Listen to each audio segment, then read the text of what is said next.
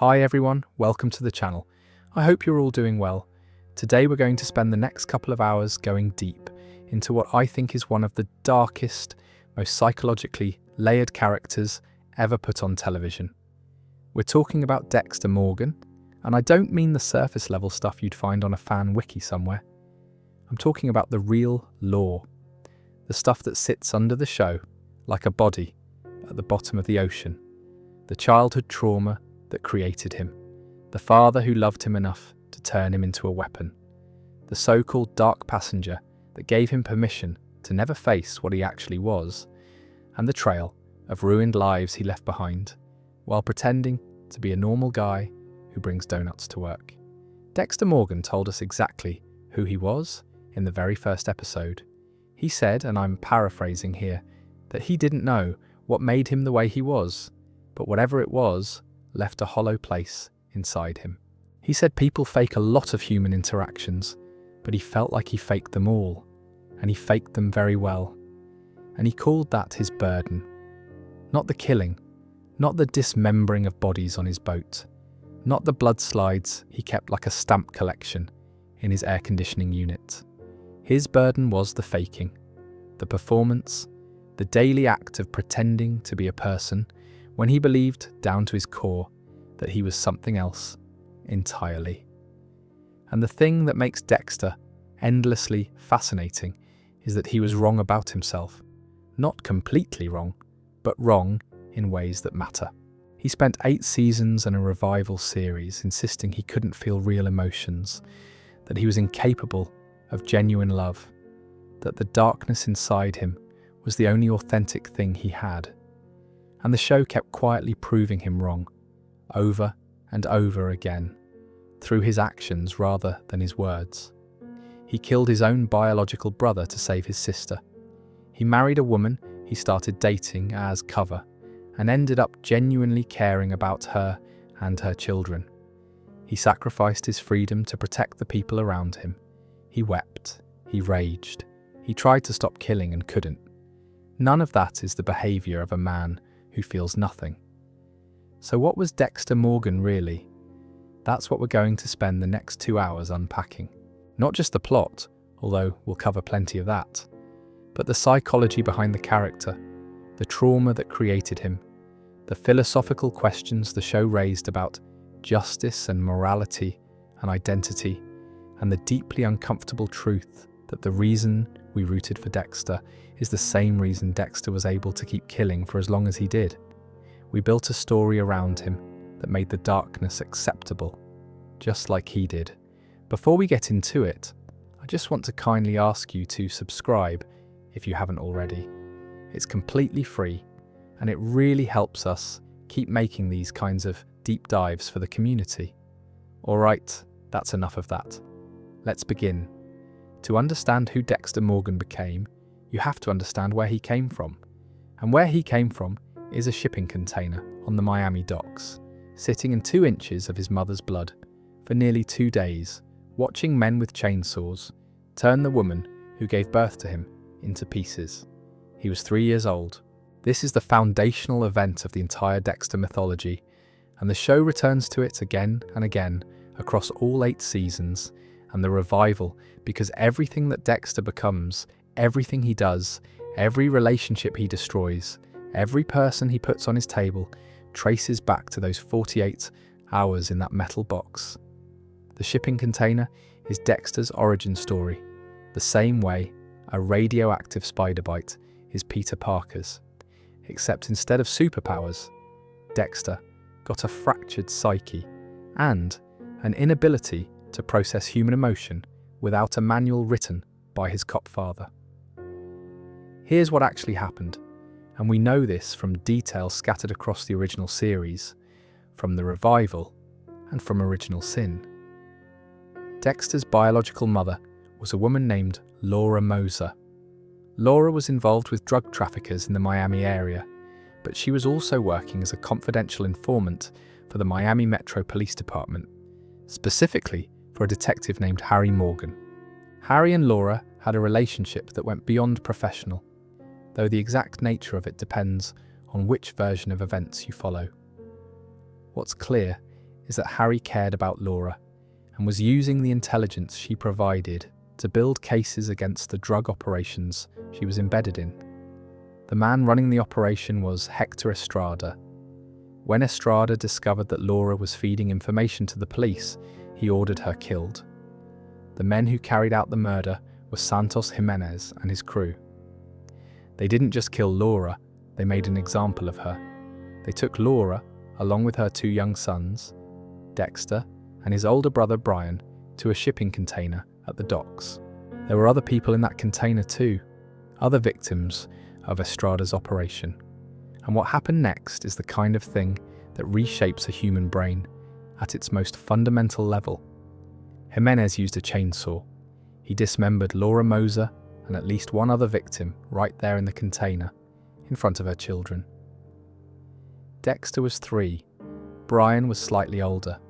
They sat in their mother's blood while the container sat closed for somewhere around 2 days before Harry Morgan found them and pulled them out. Now here's the detail that changes everything about Dexter's story and separates him from his brother Brian permanently. Harry adopted Dexter. He took him home, gave him the Morgan name, raised him alongside his biological daughter Deborah.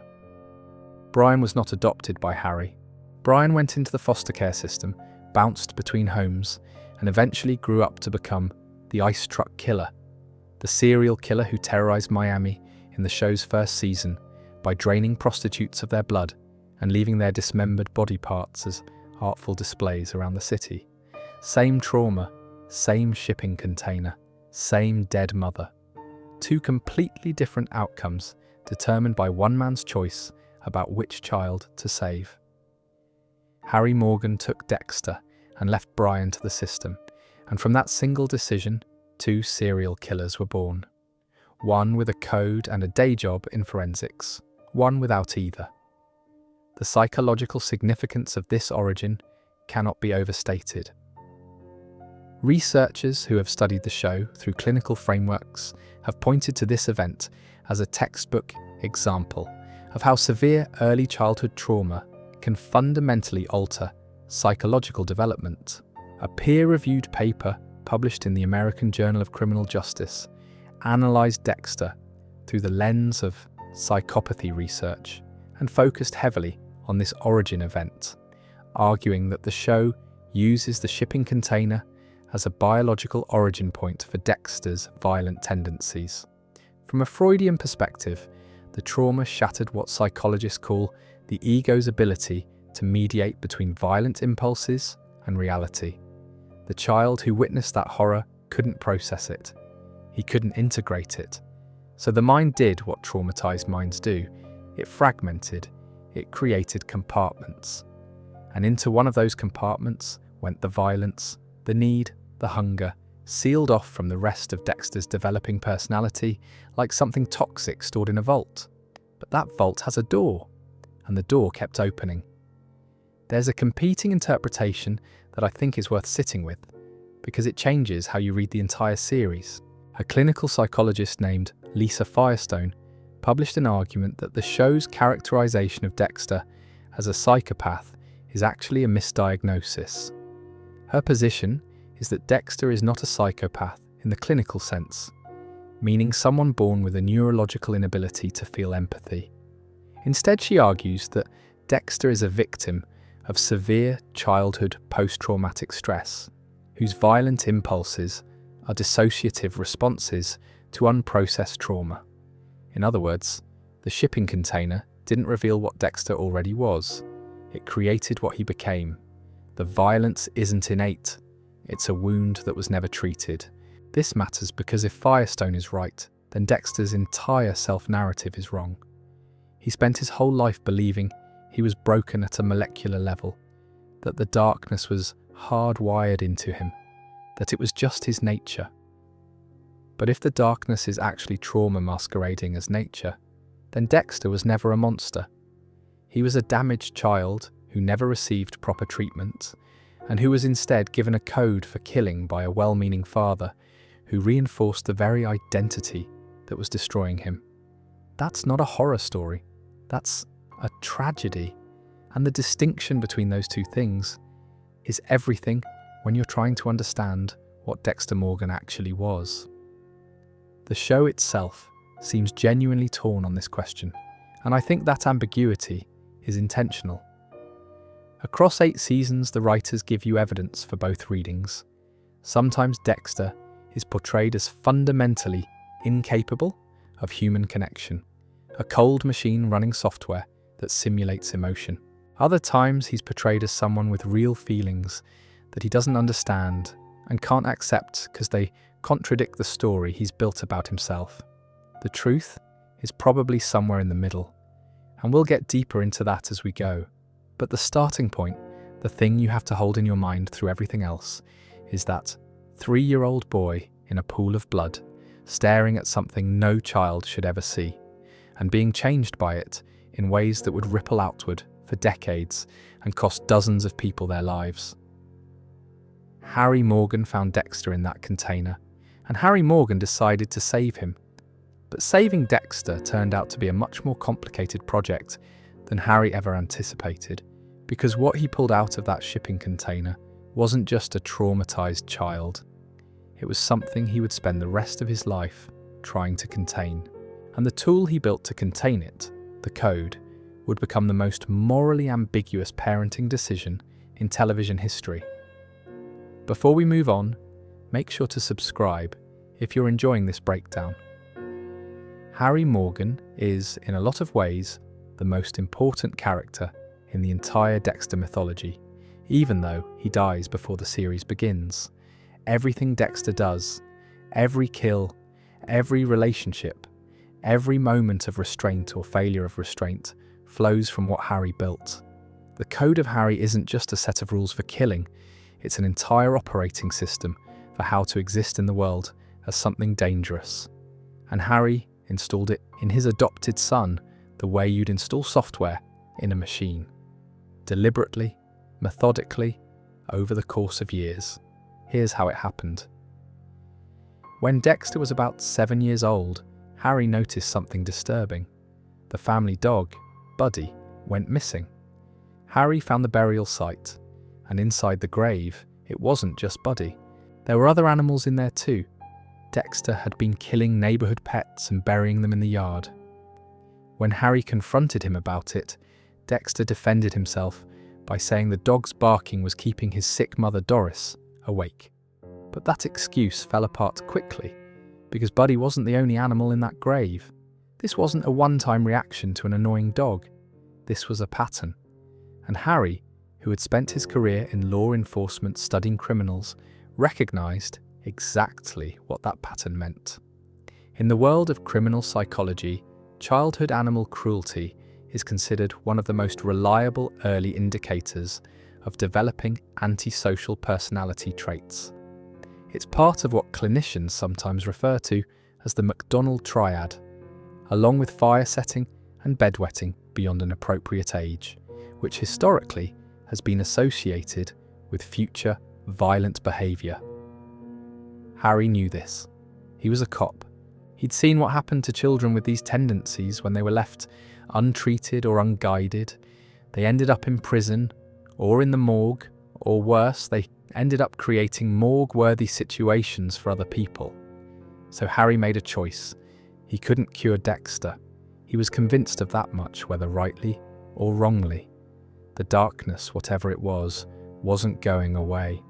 The urge to kill was real and would only intensify as Dexter grew older.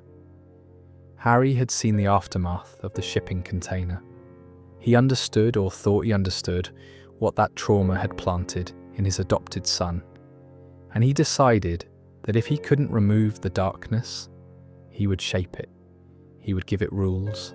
He would turn Dexter into something that functioned within society rather than destroying it entirely. The code of Harry has 2 foundational principles, and the order they come in tells you everything you need to know about Harry's actual priorities. Rule number 1 is don't get caught.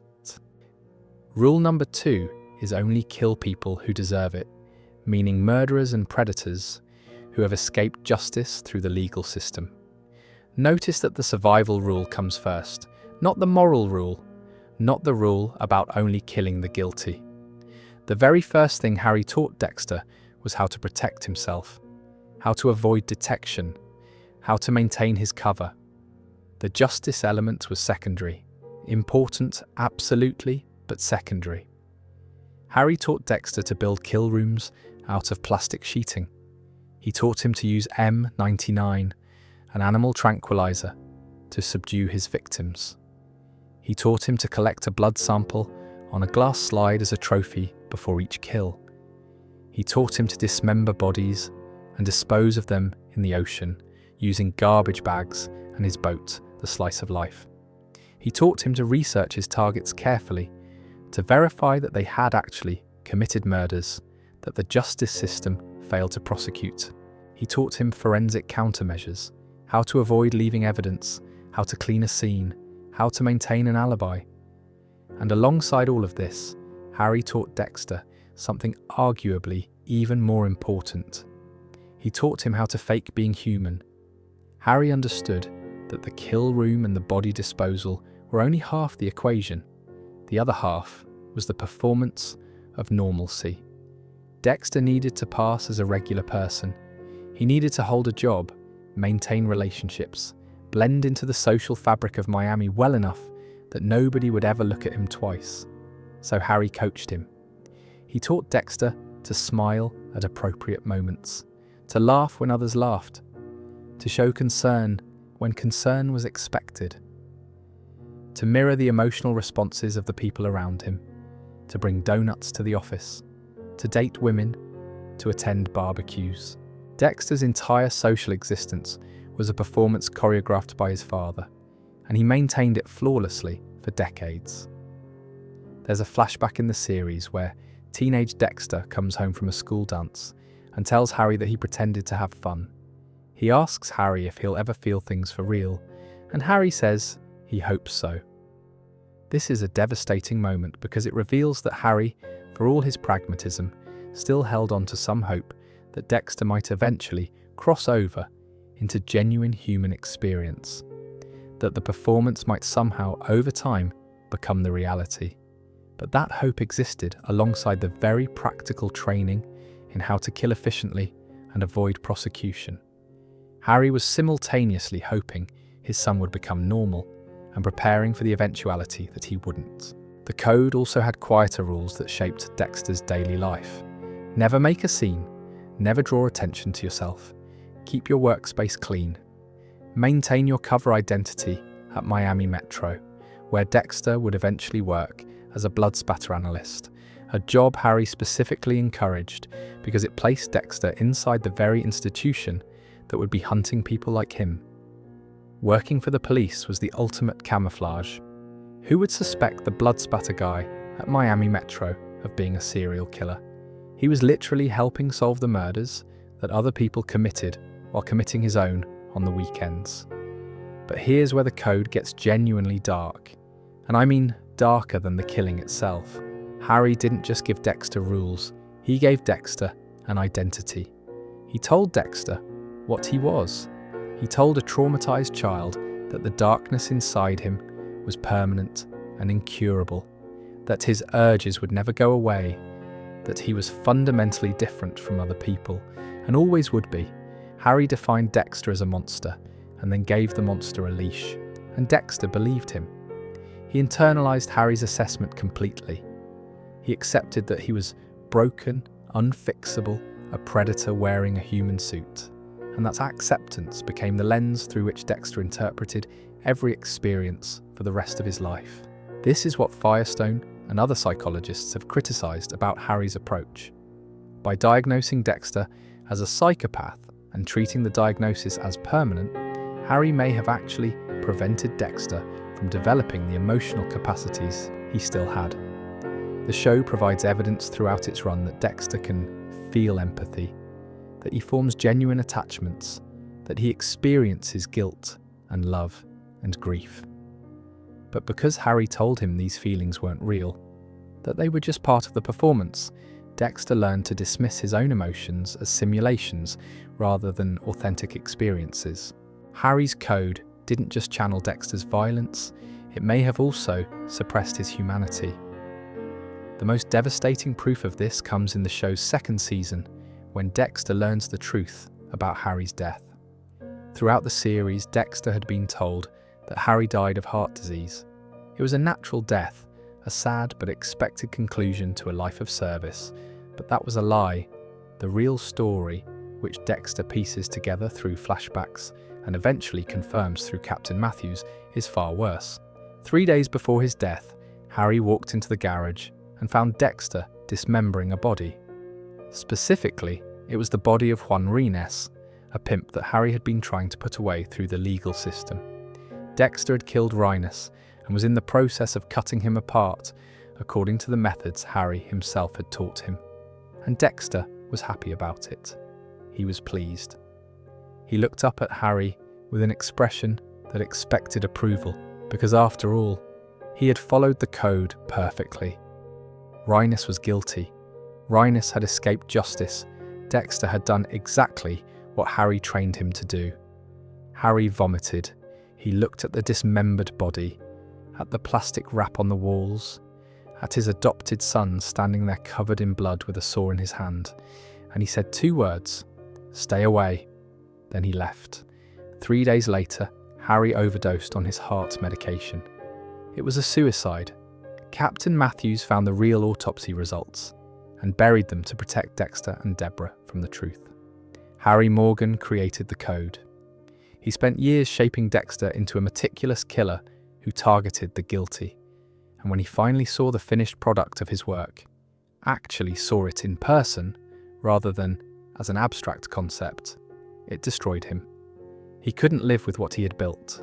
The man who designed the system for channeling darkness was so horrified by the result that he chose to die rather than continue existing in a world where his creation operated.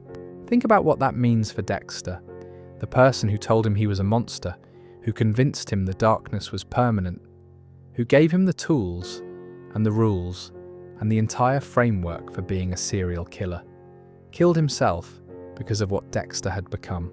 The message that sends, even unconsciously, is catastrophic. You are so terrible that the man who made you this way couldn't survive knowing you exist. Harry's suicide is the deepest wound in Dexter's psychology, deeper even than the shipping container, because the container was done to him by strangers. Harry's death was caused by him, by the person he was, the person Harry helped create. The guilt of that knowledge sits underneath everything Dexter does from that point forward, even though he buries it so deep he can barely access it. And yet the code survived Harry's death. It became Dexter's religion. He followed it faithfully for years, using it as the organizing principle of his life. The code told him who to kill. The code told him how to behave. The code told him who he was. It replaced the father who created it, and in a darkly ironic twist, Harry himself became a character in Dexter's ongoing internal narrative. Throughout the series, Dexter sees and speaks with a hallucination of Harry, a manifestation of his conscience or his internalized understanding of the code, who appears at key moments to offer guidance, caution, or judgment. The dead father continued to govern the living son through a ghost that existed only in Dexter's mind. Harry gave Dexter a code, but Dexter gave himself something else, a name for the thing that lived inside him. Before we move on, make sure to subscribe if you're enjoying this breakdown. Dexter called it the Dark Passenger, and the name itself is revealing, because a passenger is something separate from you. A passenger rides along. A passenger is present but not in control. By naming his violent urges the Dark Passenger, Dexter performed a psychological sleight of hand that would define his entire existence. He took the part of himself that killed people and turned it into a separate entity, something that lived inside him but wasn't actually him. This distinction allowed Dexter to kill for decades while maintaining the internal belief that he wasn't really responsible for what he did. The Dark Passenger did it. Dexter was just along for the ride. The concept shows up throughout the series in Dexter's internal monologues. He talks about the Dark Passenger as if it's a force that takes over when his need to kill becomes too strong to suppress. He describes letting the dark passenger do the driving. He refers to it as something that climbed inside him in the shipping container, as if the trauma deposited a foreign presence into his body that has been riding shotgun ever since. The language is always about separation. Dexter here, dark passenger there. Two different things sharing the same body. And for a long time the show seems to go along with this framing. We see Dexter resist his urges and then give in, and the way it's shot and written, it does feel like something takes over. His demeanour changes when he's in kill mode. His internal monologue shifts. He becomes colder, more focused, more clinical. The transformation from mild-mannered blood spatter analyst to plastic wrap-wielding predator does feel like a change in who's driving. The show's visual language supports the idea of the dark passenger as something with its own presence and its own agenda. But the show also, gradually and deliberately, dismantles this idea. And the most important moment in that dismantling comes in the 8th season, in a conversation between Dexter and the ghost of Harry that reveals what the dark passenger actually is. Dexter is talking to Harry's ghost about an arsonist named Joe Jensen, and the conversation drifts toward the dark passenger. Dexter says he thought the concept came from Harry, that Harry was the one who first described the darkness inside him as a passenger, and Harry's ghost corrects him. He tells Dexter plainly that he gave Dexter the code. The dark passenger was all Dexter. Harry reminds him that he'd once described the darkness as something that got into Dexter too early, in the shipping container, like he was possessed. But Harry's ghost clarifies that he meant Dexter was traumatized, not possessed. He wasn't describing a separate entity. He was describing the psychological impact of watching his mother get murdered at age 3. Then comes the critical exchange. Dexter says the dark passenger can't be just a feeling, and when Harry asks why, Dexter gives the answer that strips away every layer of his self-deception in a single sentence. He says, "If there's no dark passenger, then I'm responsible for everything I've done." There it is. That's the whole game. The dark passenger exists because Dexter needs it to exist. Without it, he's not a man afflicted by an external darkness. He's just a man who kills people and has chosen to keep killing people for his entire adult life. The dark passenger is an elaborate psychological defense mechanism that allows Dexter to commit murder without owning the choice to commit murder. It's not a diagnosis, it's an alibi. Harry's ghost drives this home by pointing out that it's much simpler to pin the blame on something else, and that the really scary thought is that the dark passenger is no more real than Harry's ghost itself. This is the show telling you directly, through its own internal logic, that the dark passenger is a fiction. Dexter invented it because the alternative, accepting full responsibility for hundreds of murders, was psychologically unbearable. The clinical analysis backs this up completely. The peer-reviewed paper from the American Journal of Criminal Justice describes the dark passenger as the manifestation of killings as an external entity, functioning as a scapegoat that allows killers to blame or point to a source for their psychopathic behaviour that isn't themselves. From a dissociative psychology perspective, the dark passenger functions exactly like a dissociative identity that a trauma survivor creates to house experiences too overwhelming for the primary personality to integrate. The child in the shipping container couldn't process what was happening, the violence, the blood, the terror. So the child's mind created a separate container for those experiences, a dark passenger that would carry the weight of the darkness so that Dexter wouldn't have to. It's worth noting that in Jeff Lindsay's novels, which are the source material for the show, the dark passenger is treated very differently. In the third novel, Dexter in the Dark, the narrative reveals that the dark passenger is actually a literal supernatural entity, a child of Moloch, a Middle Eastern deity associated with human sacrifice. In the novels, the dark passenger isn't a psychological construct at all. It's a real, independent being that inhabits Dexter and drives his violent behaviour. The show deliberately rejected this interpretation. By grounding the dark passenger in psychology rather than the supernatural, the television version of Dexter tells a much more disturbing story. There's no demon to blame. There's no possession to point to. There's only a man who has built an elaborate internal narrative to avoid looking at what he really is. And what he really is, stripped of the dark passenger mythology, is someone who enjoys killing. Not in a mindless or chaotic way, but in a ritualistic, deeply personal way that brings him satisfaction and relief in a manner nothing else in his life does.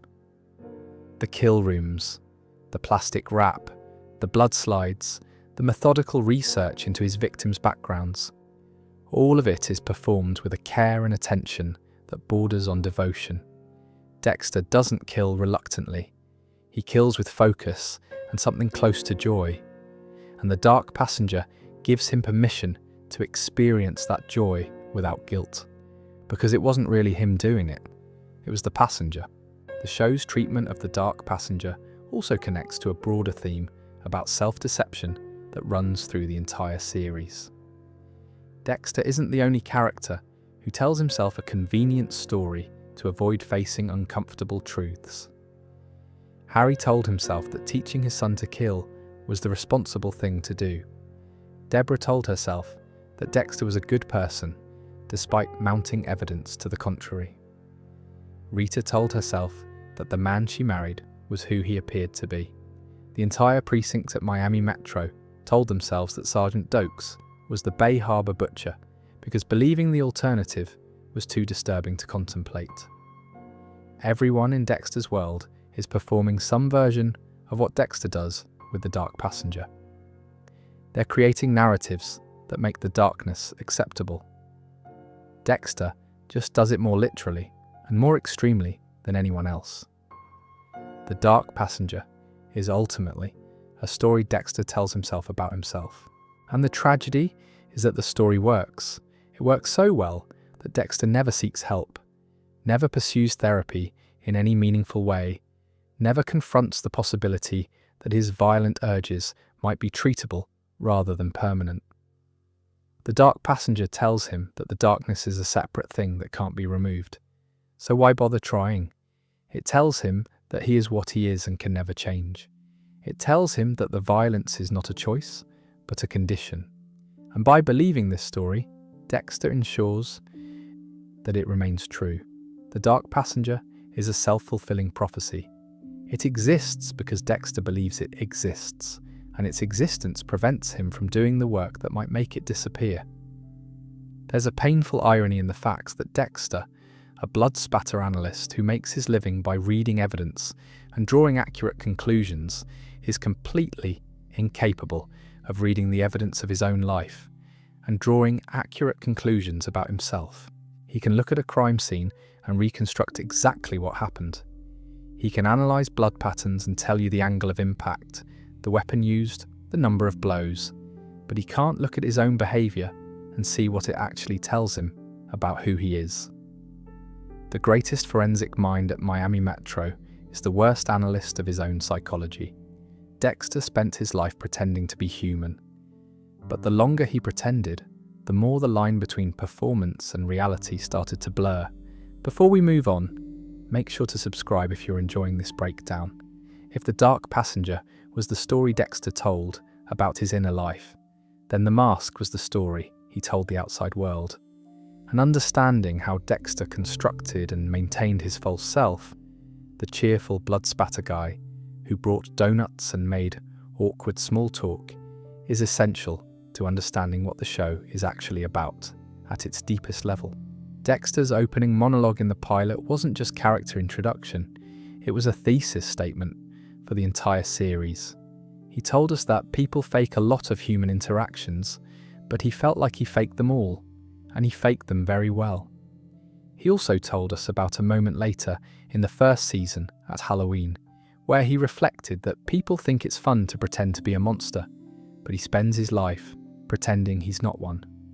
Brother, friend, boyfriend, all part of his costume collection.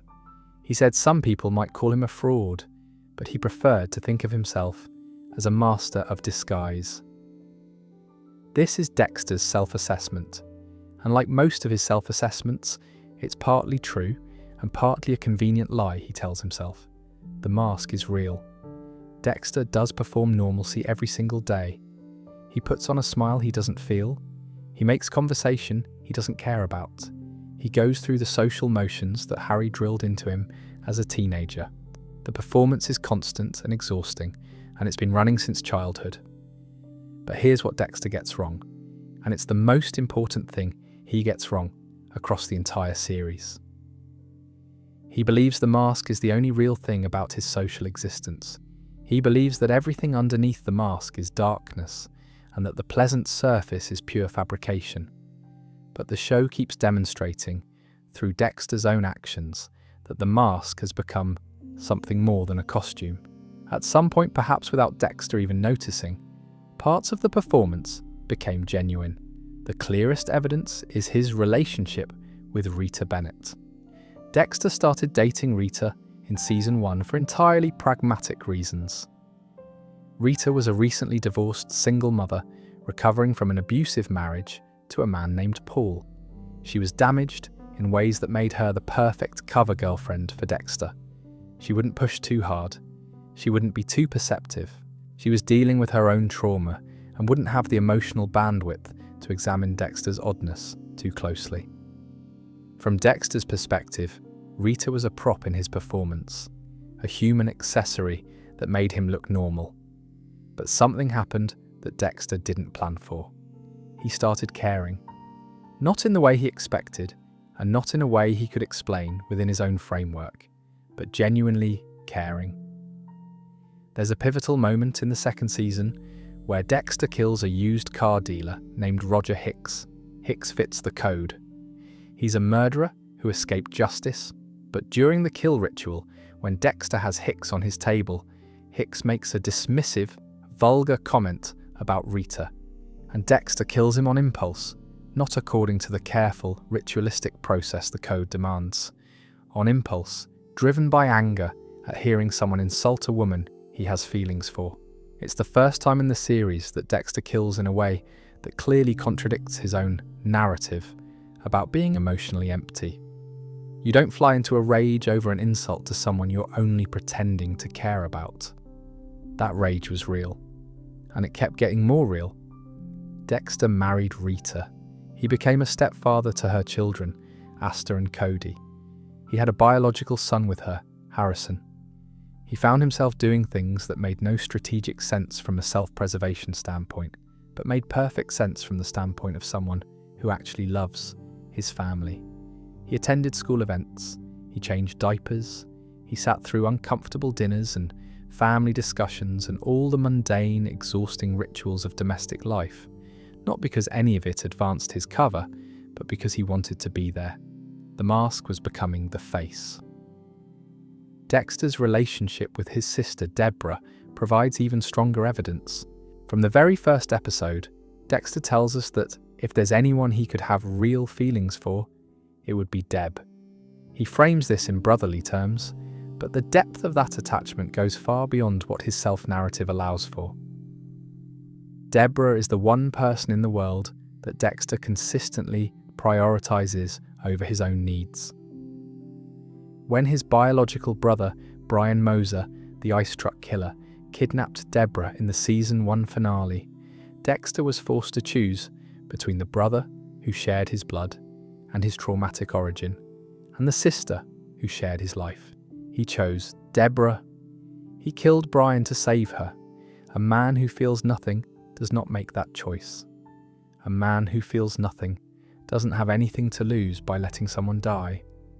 Dexter had something to lose, and the name of what he had to lose was Deborah Morgan.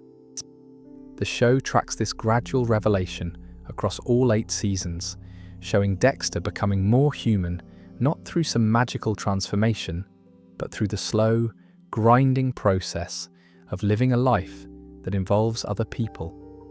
His friendships with Angel Batista and Vince Masuka at Miami Metro started as parts of the performance, but over time they developed an ease and warmth that felt authentic. His protectiveness of Harrison went beyond what the code demanded. His grief when people died was real, even if he couldn't always recognize it as such. And this is where the clinical research becomes really interesting, because it maps onto Dexter's arc almost perfectly. The research on antisocial personality disorder suggests that the condition tends to moderate itself as individuals reach their mid-30s. The impulsive, destructive behaviours associated with the disorder often decrease with age. The capacity for empathy and emotional connection, while still impaired, can develop over time, especially in the context of stable relationships and community. Dexter was approximately 35 when the series began in 2006, which means the entire run of the show corresponds to the period when clinically his condition would be expected to moderate. The show tracks this moderation. Early season Dexter is colder, more detached, more rigidly committed to the code and the dark passenger mythology. Later season Dexter is more conflicted, more capable of emotional response, more visibly pained by the consequences of his actions. He doesn't become a good person. That's not what the show's arguing, but he becomes a more human one. The mask doesn't come off exactly. Instead, the face underneath it starts to change, growing into the shape that the mask always presented. The problem is that by the time Dexter develops the capacity for genuine human connection, the damage he's caused is already catastrophic. The people he learned to love are the same people his double life destroyed. This connects to one of the show's cruelest ironies. Dexter's growing humanity didn't save anyone. If anything, it made things worse. The more he cared about people, the more danger they were in, because his care couldn't coexist with his compulsion. He couldn't protect his family and feed his dark passenger at the same time. Something always had to give, and what gave, over and over again, was the safety and well-being of the people who made the mistake of being close to Dexter Morgan. Which brings us to the darkest part of this entire story, the body count, not the one on Dexter's table, the one in his life. Before we move on, make sure to subscribe if you're enjoying this breakdown.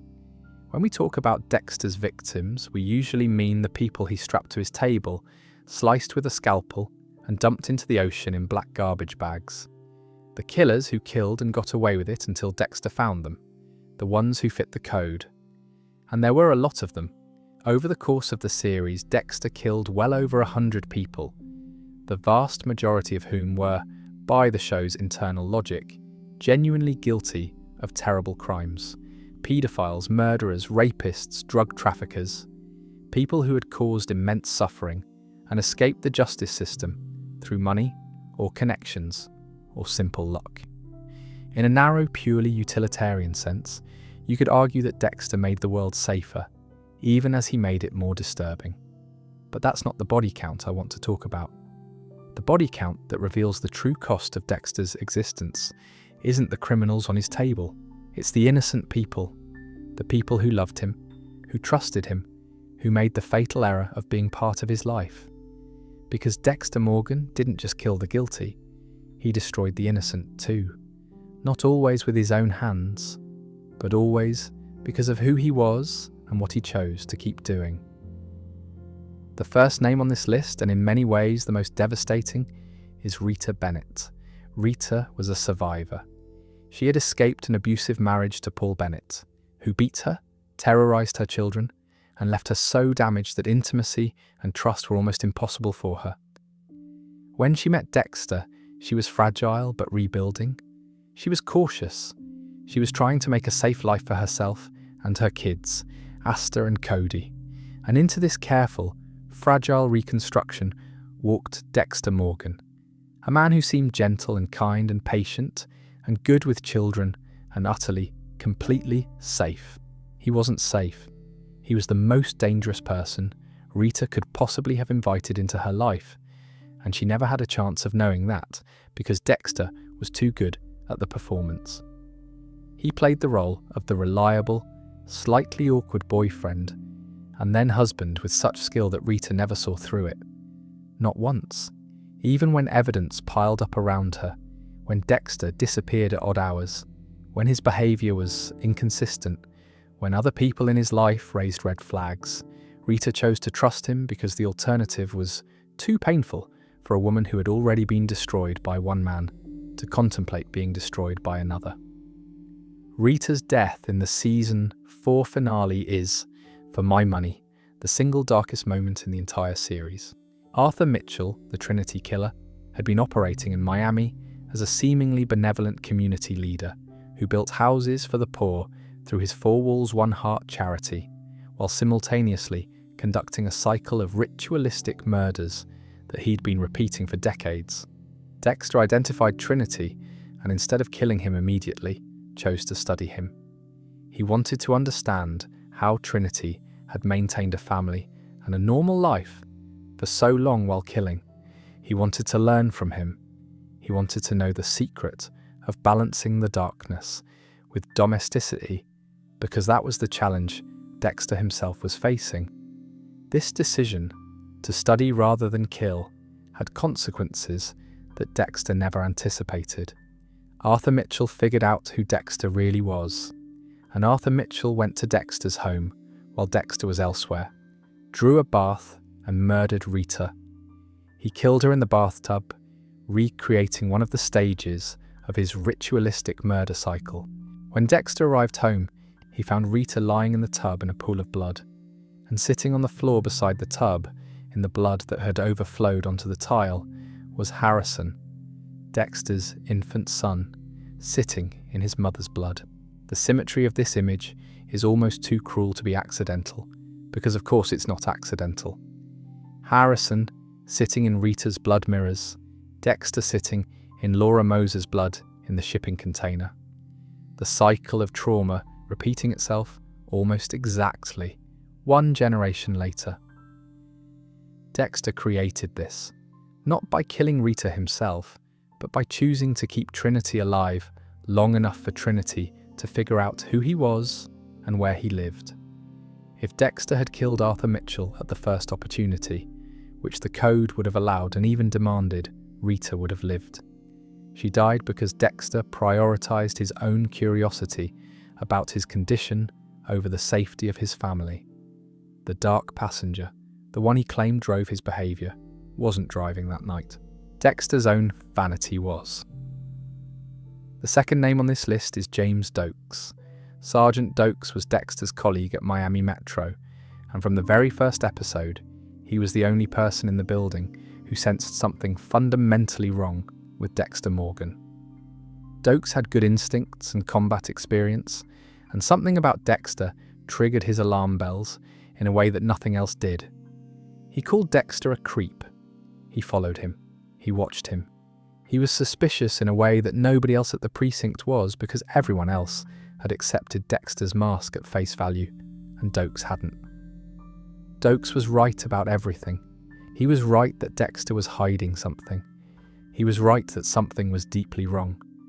He eventually discovered the truth, that Dexter was the Bay Harbor Butcher, the serial killer whose body parts had been surfacing in the waters off Miami, and his reward for being right, for being the most perceptive detective in the building, was to be framed for Dexter's crimes and then murdered.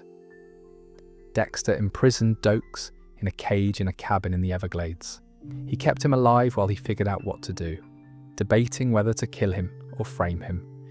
Ultimately, the decision was taken out of Dexter's hands. Lila West, a woman Dexter had been involved with, tracked the cabin's location using Dexter's GPS and blew it up with Dokes inside. Lila killed Dokes, but Dexter created the circumstances that made the killing possible. And the result was that James Dokes, an innocent man, a good cop who happened to be right about the most dangerous person in his precinct, was officially designated as the Bay Harbor Butcher after his death. His name became synonymous with the crimes Dexter committed. His legacy was destroyed. His memory was turned into a lie. The third name, and the one that hits the hardest for many fans of the show, is Deborah Morgan. Deborah's story is the most complete and the most devastating arc of destruction in the entire series because it happened slowly, over the course of years, and at every stage, Dexter had the opportunity to stop it and chose not to. Deborah spent her entire life idolizing her brother. She competed for Harry's attention with him as a child, joined the police force partly because of the family legacy, and depended on Dexter as her emotional anchor through a series of disastrous relationships and professional crises. She loved him unconditionally, the way family loves family, without reservation or conditions, and that love made her vulnerable to him in ways that nobody else in his life was. In the season 6 finale, Deborah walked into a church and found Dexter standing over the body of Travis Marshall, the Doomsday Killer, with a knife in his hand. She had come to tell him something personal, something she'd been working up the courage to say, and instead she witnessed the truth about who her brother actually was. In the season 7 premiere, the fallout began. She confronted Dexter, and he told her the truth. He told her about the dark passenger, about the code, about Harry knowing and even training him. Deborah vomited. She punched him. She cried, and then, because she was Deborah and she loved him, she didn't turn him in. She tried to fix him instead. This decision to protect Dexter, rather than arrest him, was the beginning of Deborah's psychological destruction. She moved Dexter into her apartment so she could monitor him 24 hours a day, a kind of serial killer rehab program that was doomed from the start. She compromised her principles. She lied to her colleagues. She covered up evidence. She slowly became complicit in what Dexter was, and that complicity ate her alive from the inside. The breaking point came with Maria Laguerta. Laguerta was getting close to proving that Dexter was the Bay Harbor butcher. She had evidence. She had instincts. She was closing in. And Dexter decided that Laguerta had to die to protect himself, and by extension, Deborah. He lured Laguerta to the shipping container at the docks, the same location type where his own origin story began, and prepared to kill her. Deborah arrived and found them. Laguerta begged Deborah to shoot Dexter, to do the right thing, to be the good cop she'd always been. Dexter dropped his knife and told Deborah to do what she had to do. Deborah shot Laguerta, not Dexter, Laguerta. She killed an innocent woman, a colleague, to protect her serial killer brother. And from that moment forward, Deborah Morgan was broken in ways that could never be repaired. In the following seasons, Deborah spiraled into PTSD, substance abuse, depression, and suicidal behavior. She confessed to Quinn while drunk that she had killed Laguerta, though Quinn dismissed it as drunken rambling. She was haunted by what she had done, unable to escape the knowledge that she had become exactly the kind of person her brother was, someone who killed to protect their own interests. The show depicted this destruction with unflinching clarity, showing a woman who had been the moral centre of the series being consumed by the moral catastrophe of loving Dexter Morgan. Deborah's final fate in the original series was brain death after being shot by Oliver Saxon, the brain surgeon. Dexter, who had been planning to escape to Argentina with Hannah McKay and Harrison, instead went to the hospital, disconnected Deborah from life support, carried her body to his boat, and buried her at sea alongside all the people he'd killed. The image of Dexter carrying Deborah's body, wrapped in a white sheet, through the hospital corridors and onto the slice of life, is the show's most haunting visual because of what it means. In the end, Deborah joined Dexter's victims, not on his table, but in the ocean. She ended up in the same place as the criminals. Her brother's love killed her just as surely as his knife killed anyone else. Harry Morgan killed himself because of Dexter. Frank Lundy, the FBI agent investigating the Bay Harbor butcher, was shot and killed by Christine Hill, the daughter of the Trinity killer, because his investigation was getting too close to the truth that surrounded Dexter's world. Lila West, unstable and dangerous as she was, escalated into murder partly because of her toxic relationship with Dexter. The pattern is clear, and it's relentless. Dexter Morgan was not just a serial killer who targeted the guilty. He was a gravitational force that pulled innocent people into orbits of destruction. His love was radioactive. His proximity was lethal. The closer you got to Dexter, the more likely you were to be damaged or destroyed. Not because Dexter wanted to hurt you, but because his double life created cascading consequences that he was too consumed by his own compulsions to prevent. And through it all, Dexter kept killing.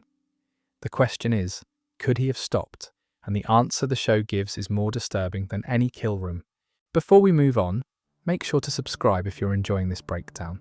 The show never uses the word addiction in a clinical context when describing Dexter's need to kill, but it doesn't have to, because the entire framework is right there in the text if you know where to look. And the show actually makes this comparison explicit in the second season through one of the most cleverly constructed subplots in the entire run, the Narcotics Anonymous arc. Before we get to that though, it's worth dwelling on the ritual itself, because the ritual is where the addiction framework becomes most visible.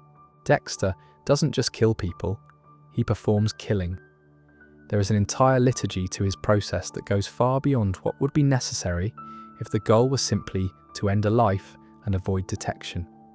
The plastic wrap on the walls, the carefully arranged table, the collection of the blood slide, a single drop taken from the victim's cheek with a scalpel and placed between two glass squares.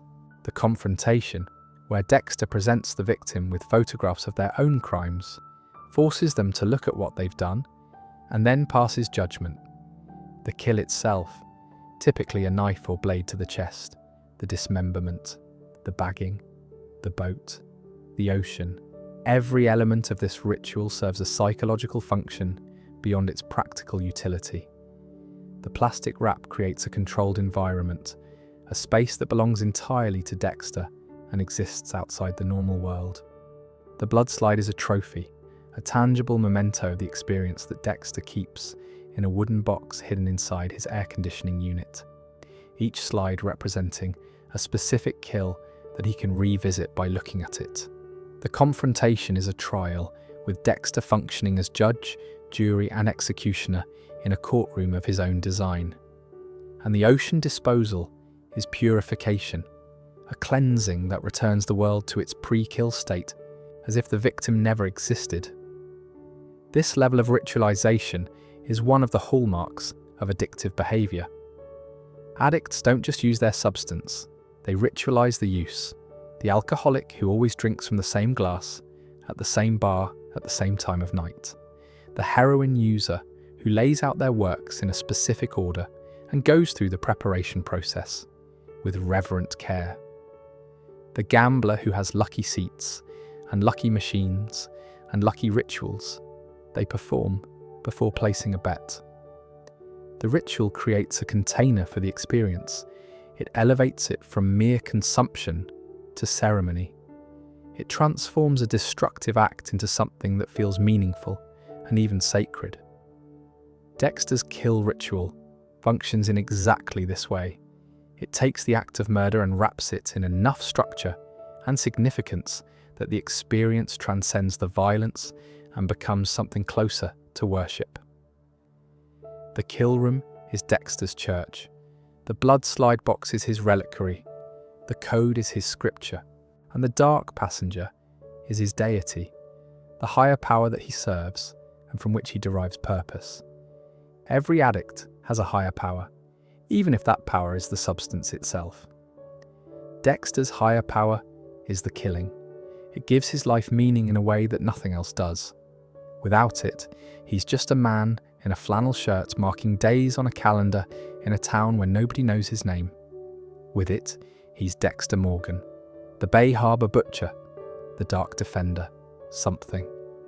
The aftermath of Rita's death in Season 5 provides one of the show's clearest demonstrations of how deeply the addiction had woven itself into Dexter's identity. When Rita died, Dexter was shattered, genuinely shattered, in ways that surprised even him. He went to her funeral, he spoke to her body in the casket, confessing that he was a serial killer, apologizing for pretending to be normal, admitting that he never deserved her. He tried to leave Miami, to disappear entirely, to abandon Harrison and Asta and Cody and start over as a ghost. But before he could leave, he encountered a man at a gas station bathroom who insulted Rita's memory. The man was crude and hostile, and when Dexter told him his wife had just died, the man responded with vulgar contempt. Dexter picked up a boat anchor and killed him. Right there, no plastic wrap, no kill room, no code verification, no blood slide, just rage and violence and a dead stranger on a bathroom floor. This kill is critically important because it strips away every layer of rationalization. There's no code compliance here. The gas station man wasn't a murderer who had escaped justice. He was a rude person who said something offensive at the worst possible moment. Dexter killed him out of pure emotion, the very kind of emotion he kept insisting he was incapable of feeling. And the killing served the same function that using serves for an addict in crisis. It provided temporary relief from unbearable emotional pain. The grief of Rita's death was so overwhelming that Dexter's coping mechanism, the only one he had ever developed, activated automatically. Kill something. Feel something other than the agony. Return to the familiar, the controllable, the ritual. Season 5's entire arc with Lumen Pierce and the Barrel Girls case is essentially a relapse story told through the lens of a crime procedural. Dexter was supposed to be processing Rita's death. He was supposed to be grieving. He was supposed to be figuring out how to be a single father to Harrison, and a brother to Deborah, and a functioning member of a society that no longer included the woman who had given his life its closest approximation of normalcy. Instead, he found a new reason to kill. The men who had kidnapped and assaulted Lumen became his new targets, his new code-compliant hits, and the process of hunting them down with Lumen gave him the same structure and purpose that the dark passenger always provided. He processed his grief by doing the thing he was addicted to, and the story framed it as healing. In Season 2, the bags containing Dexter's victims start surfacing in the ocean near Miami. A salvage team or marine recovery operation brings up the body parts, and suddenly the Bay Harbor Butcher becomes front-page news. An FBI task force is assembled. Agent Frank Lundy arrives to lead the investigation, and Dexter, the man responsible for every single one of those bodies, has to work alongside the people hunting him while trying not to get caught. During this period, Dexter begins attending Narcotics Anonymous meetings. On the surface, this is part of a cover story related to his relationship with Lila West, a volatile British woman who becomes his sponsor and eventually his lover. But the NA subplot functions on a much deeper level than just plot mechanics. Because when Dexter stands up in those meetings and talks about his addiction, he's telling the truth more honestly than he tells the truth anywhere else in the series. At one of these meetings, using his real first name, Dexter shares with the group. He says that there is something dark inside him, and when the dark passenger is driving, he feels alive. He tells them that nothing else could love him. He wonders if that's just something the dark passenger tells him. He admits that he feels connected to someone and wonders what it means. He says he's scared by that feeling. If you didn't know the context, you would hear a man describing substance dependence with textbook accuracy. The compulsion that overrides rational thought. The ritual that precedes the act. The euphoria during. The calm after. The creeping tension that builds again until the next fix is needed. The way the addiction becomes the primary relationship in the addict's life, more important than any human connection, more reliable than any emotion. The shame that coexists with the craving. The fear that nothing will ever love you the way the substance does. Dexter is describing his relationship to killing in the exact same terms that an alcoholic or a heroin addict would describe their relationship to their drug of choice. And the parallels hold up beyond the meetings. Look at the cycle Dexter goes through with every kill. First, there's the build-up. He starts feeling the pressure. The need intensifies. He becomes agitated, distracted, unable to focus on his normal life. His internal monologue starts fixating on the kill. Then there's the research phase, the stalking of his target, the verification that they meet the code's criteria. This is the preparation ritual, the equivalent of an addict seeking out their dealer, making arrangements, clearing their schedule. Then comes the kill itself, the plastic wrap, the table, the blood slide, the injection, the moment of the kill. And during this phase, Dexter is calm, he's focused, he's in control. He's experiencing something that his daily life never provides. It's the high. Then afterward, there's the disposal, the bagging, the boat, the ocean, and then the return to normal life, the calm, the relief, the temporary satisfaction that will inevitably fade as the cycle begins building again. This isn't metaphorical. The show presents it structurally as an addiction cycle, complete with tolerance escalation. In early seasons, Dexter is satisfied by kills that follow the code rigidly. By later seasons, the code starts fraying. He makes exceptions. He bends the rules. He kills people who don't quite fit the criteria because the need has become too strong to wait for a perfect target. This is tolerance. The same dose no longer produces the same effect. More is needed. The rules that once contained the behavior start giving way to the behavior itself. The show also presents what happens when Dexter tries to stop. In New Blood, set roughly a decade after the original series, Dexter has been living in Iron Lake, New York, under the name Jim Lindsay. He hasn't killed anyone in nearly 10 years. He's maintained sobriety. He works at a sporting goods shop. He dates the local police chief. He goes bowling. He appears from the outside to be a man who has successfully left his past behind. But the internal experience tells a different story. Dexter keeps a calendar where he marks off the days since his last kill, the way a recovering addict marks days of sobriety. He has conversations with a ghost, this time his dead sister Deborah, rather than his dead father Harry, who functions as his internal voice of conflict. He's white-knuckling his way through every day, maintaining the appearance of recovery while the need simmers underneath. And then Matt Caldwell shows up. Matt is the entitled, reckless son of a wealthy local businessman named Kurt Caldwell. Matt shoots and kills a white buck, a sacred animal to the local Seneca community, right in front of Dexter's property. And something about this act, this casual, pointless destruction of life, triggers Dexter's compulsion like a match dropped on gasoline. The dark passenger, dormant for a decade, roars back to life. Dexter kills Matt Caldwell, not according to any code, not after careful research into whether Matt deserves it. He kills him because the need finally overwhelmed the restraint.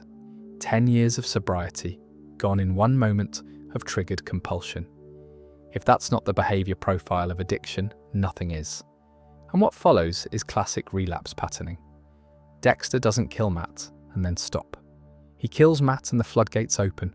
The dismemberment, the disposal, the cover-up, the lying, the risk-taking.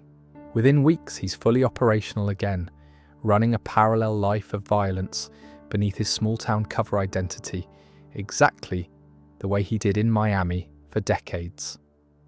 One relapse led back to full-blown active addiction. The show even gives us the moment where Dexter stops marking his calendar, silently acknowledging that the count has reset, and he's no longer even pretending to be in recovery. If we take the addiction framework seriously, and I think the show wants us to, then the code stops looking like a moral system and starts looking like harm reduction. Harry didn't cure Dexter's compulsion to kill. He couldn't. Instead, he did what you might do for an addict you can't get clean. He tried to minimize the damage, target criminals, follow the ritual, don't get caught. The code isn't treatment, it's managed usage. It's saying, you're going to use, so at least use responsibly. Kill the guilty. Dispose of the evidence. Keep your cover intact. It's the methadone program for serial killing. And like all harm reduction programs, it only works as long as the person follows the program.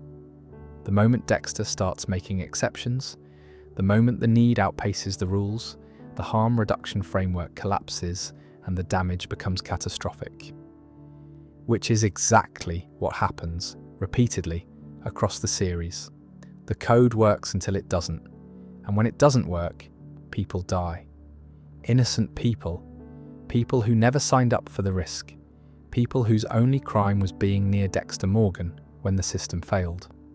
The addiction lens also reframes Dexter's relationships in a way that's deeply uncomfortable.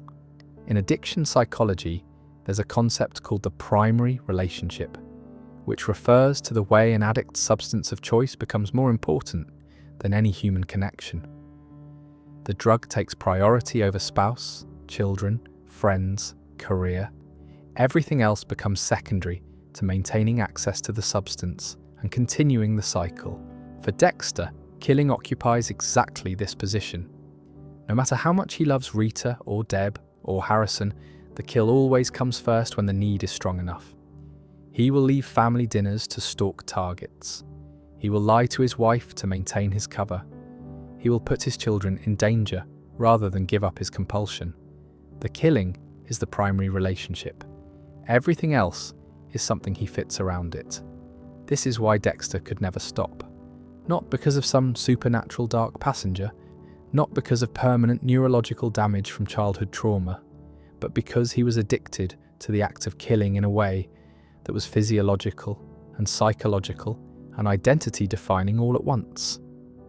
The rush, the ritual, the control, the release, these experiences formed the core of who Dexter was, and without them, he was just a man sitting in a cabin in upstate New York, marking days on a calendar, waiting for the thing he couldn't stop wanting. Dexter's addiction destroyed lives for decades, but the story didn't end when he faked his death and ran away to New York. It followed him to Iron Lake, and it turned out that running was just another form of the avoidance he'd been practicing his whole life. Before we move on, make sure to subscribe if you're enjoying this breakdown. Dexter. New Blood is, at its core, a test of a single proposition. Can a killer stop killing? And the answer the show provides over the course of its 10 episodes is unequivocal. No, not if the fundamental conditions that created the compulsion haven't changed. Not if the person has never done the actual psychological work of understanding and treating what drives them. Running away is not recovery. Changing your name is not healing. Living in a small town is not the same as addressing the damage that made you dangerous. When we first meet Dexter in New Blood, he's been living as Jim Lindsay in Iron Lake, New York, for roughly 10 years. He works at Fred's Fish and Game, a local sporting goods shop. He dates Angela Bishop, the local chief of police. He bowls in a league. He has a beard and a flannel wardrobe, and an easy small-town manner that couldn't be further from the sharp-featured, clean-shaven, blood-spatter analyst who once prowled the streets of Miami. Everything about his presentation says, this is a man who has changed, but the show immediately undermines this. Dexter's first internal monologue reveals that the dark passenger hasn't gone anywhere, it's just been caged. He's been counting days since his last kill the way an addict counts days since their last hit. He sees blood and feels the pull. He fantasizes about violence. The machinery of his compulsion is intact and operational. It's just not currently running. The engine is idling, waiting for someone to touch the gas. There's a moment early in the first episode that captures the precariousness of Dexter's sobriety with devastating economy. He's at a holiday party in Iron Lake. Everyone is drinking and socializing and performing the rituals of small-town community that Dexter has learned to replicate with the same precision he once applied to his Miami mask. A man bumps into him. The man is obnoxious, drunk, aggressive, and for a split second Dexter's eyes change. The mask flickers. The thing underneath shows itself just briefly, just enough for the audience to recognize it, and then it's gone. Dexter smiles. He makes a joke. He moves on. But the audience saw what was there, and the knowledge that it's still there, after 10 years of abstinence, after a complete reinvention of identity, after moving to a town where nobody knows anything about Miami or blood spatter or the Bay Harbor Butcher, is chilling. The Iron Lake sequences also introduce an important dimension that the original series only occasionally explored: Dexter's loneliness. In Miami, Dexter was surrounded by people. He had Deborah, Rita, the kids, the entire precinct, a social ecosystem that, while mostly performative from his perspective, still provided stimulation and connection. In Iron Lake, Dexter has Angela and a few acquaintances from bowling and the shop, but the depth of relationship is thin. He's living in a self-imposed exile that looks like a fresh start but functions like solitary confinement. The geographical cure has isolated him from everyone who knew him as Dexter Morgan, which was the point, but it has also isolated him from the only people who provided the emotional connections that, as we discussed, were becoming increasingly genuine in the later seasons of the original series. This isolation makes the relapse almost inevitable. Dexter has removed himself from the trigger of Miami's criminal ecosystem, where victims who fit the code presented themselves regularly. But he hasn't replaced the killing with anything meaningful. He works retail, he bowls, he has casual sex with the police chief. There is no therapeutic intervention, no support system, no genuine attempt to understand and address the underlying compulsion. Dexter in Iron Lake is like an alcoholic who moved to a dry county but never went to a single meeting. The substance isn't available, so the behavior has stopped, but the disease remains untreated. The moment the substance becomes available again, the relapse is instantaneous. The trigger, as we discussed, is Matt Caldwell, and Matt's death sets off a chain of events that dismantles Dexter's new life with the same methodical efficiency that Dexter used to dismantle his victims. He kills Matt, he hides the body under his fire pit, he dismembers and burns the remains at a local incinerator. He lies to Angela, he lies to the police, he manipulates evidence. Within days of his relapse, Dexter is running the same dual existence operation he ran in Miami. The names and locations have changed. Everything else is identical. But New Blood introduces a complication that the original series never fully explored. And it's this complication that transforms the final chapter of Dexter's story from a sequel into a reckoning. That complication is Harrison Morgan. Harrison arrives in Iron Lake looking for the father he was told was dead. He tracked Dexter down through a letter Dexter had written to Hannah McKay, Harrison's stepmother, who died of pancreatic cancer 3 years before the events of New Blood. Harrison found the letter after Hannah's death and used the return address to trace Jim Lindsay across the country. When he finally finds Dexter, he's a teenager carrying the accumulated damage of a childhood defined by abandonment, loss, and institutional neglect. Harrison's opening conversation with Dexter is brutal in its honesty. Dexter offers to make blueberry pancakes, reverting to the language of Harrison's childhood, and Harrison cuts through it immediately. He tells Dexter that growing up without a father was hard, and that finding out his father had let him believe he was dead for years was brutal. There's no sentimentality in how Harrison delivers this. It's factual, it's direct, it's the assessment of a young man who has had too much time to think about what was done to him and has arrived at a clear, cold understanding of it. What Harrison doesn't tell Dexter right away is why he really came. It's not just to reconnect, it's to understand himself. Because Harrison has his own darkness. He was born in it, literally, found as an infant in his mother's blood the same way Dexter was found as a toddler in his mother's blood. And as he grew up through foster homes and instability, Harrison noticed tendencies in himself that frightened him. A capacity for violence, a fascination with dark subjects, an emotional coldness that he couldn't always control. He came to Iron Lake not just to find his father, but to find an answer to the question that had been haunting him. Am I like him? The parallel between Harrison and Dexter is the structural spine of new blood, and it's constructed with deliberate precision. Harrison sitting in Rita's blood mirrors, Dexter sitting in Laura's blood. Harrison's search for his father mirrors Dexter's lifelong relationship with Harry's ghost. Harrison's darkness mirrors Dexter's dark passenger. The question the show's asking is whether the cycle of violence and trauma that began in a shipping container decades ago will continue into the next generation, or whether it can be broken. Dexter, characteristically, responds to Harrison's arrival by trying to apply the framework that was applied to him. He starts teaching Harrison elements of the code. Not formally, not all at once, but through their interactions and shared experiences. He takes Harrison along when he hunts Kurt Caldwell, the local serial killer who's been murdering vulnerable young women and preserving their bodies as trophies in an underground bunker. Dexter and Harrison discover Kurt's collection together. They inject Kurt together. They watch him die together. They dispose of the body together. On the surface, this looks like bonding. A father and son united by shared purpose, taking down a monster, and Harrison responds to it with something that looks disturbingly like pride. He tells Dexter that by killing people like Kurt, Dexter has saved thousands of lives.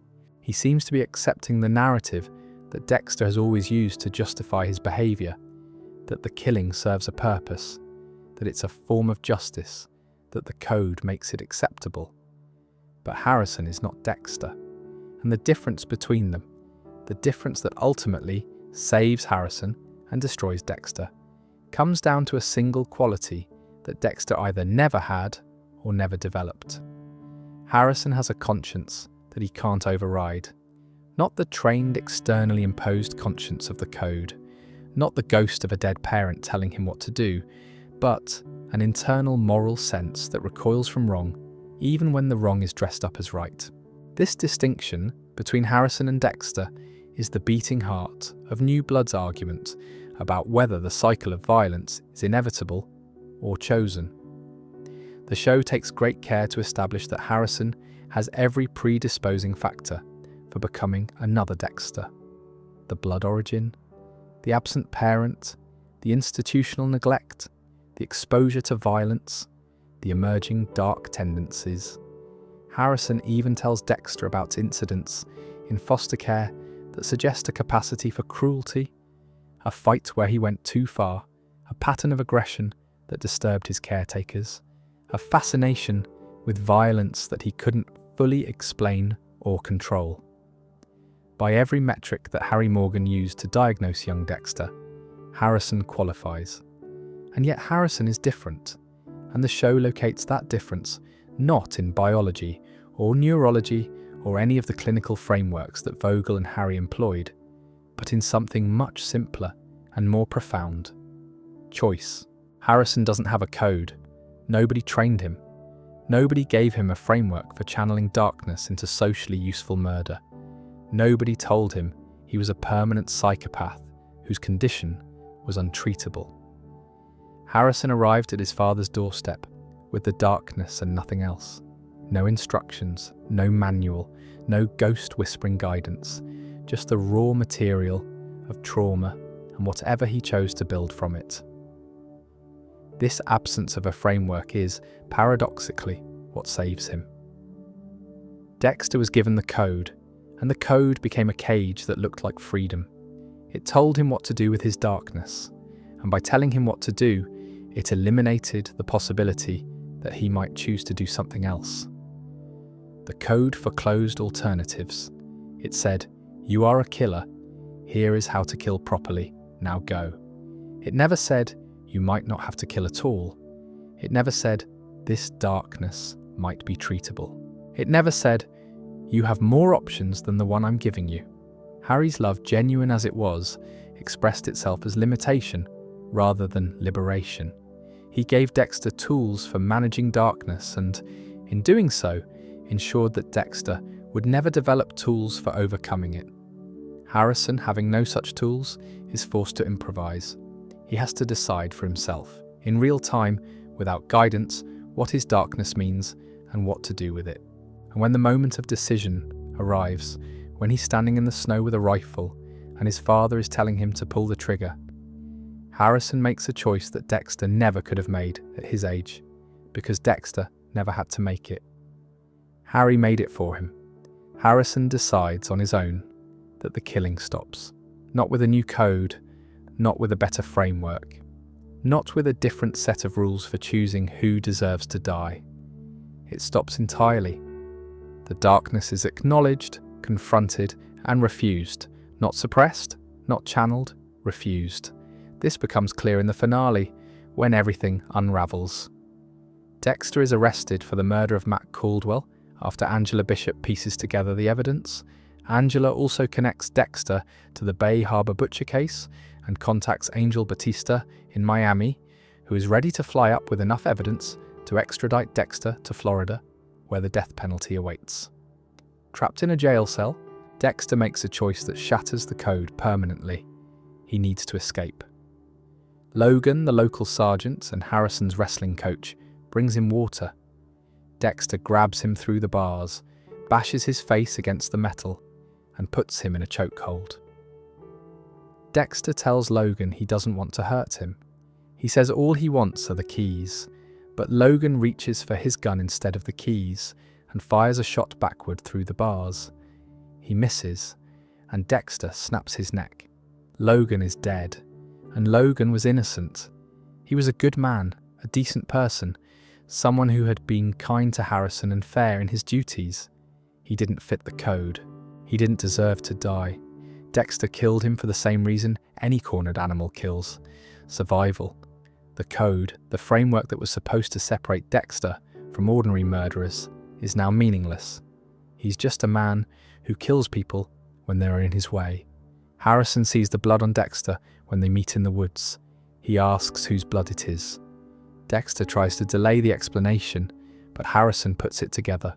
He called from Logan's phone. Logan is dead.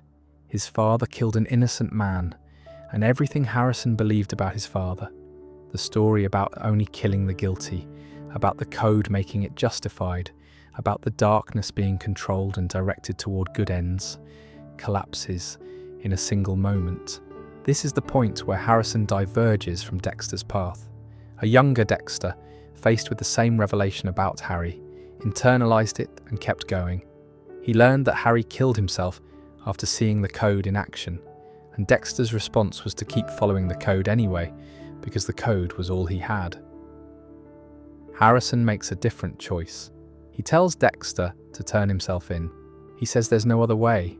And when Dexter chooses to run instead, when Dexter prioritizes self-preservation over accountability, Harrison sees his father clearly for the first time.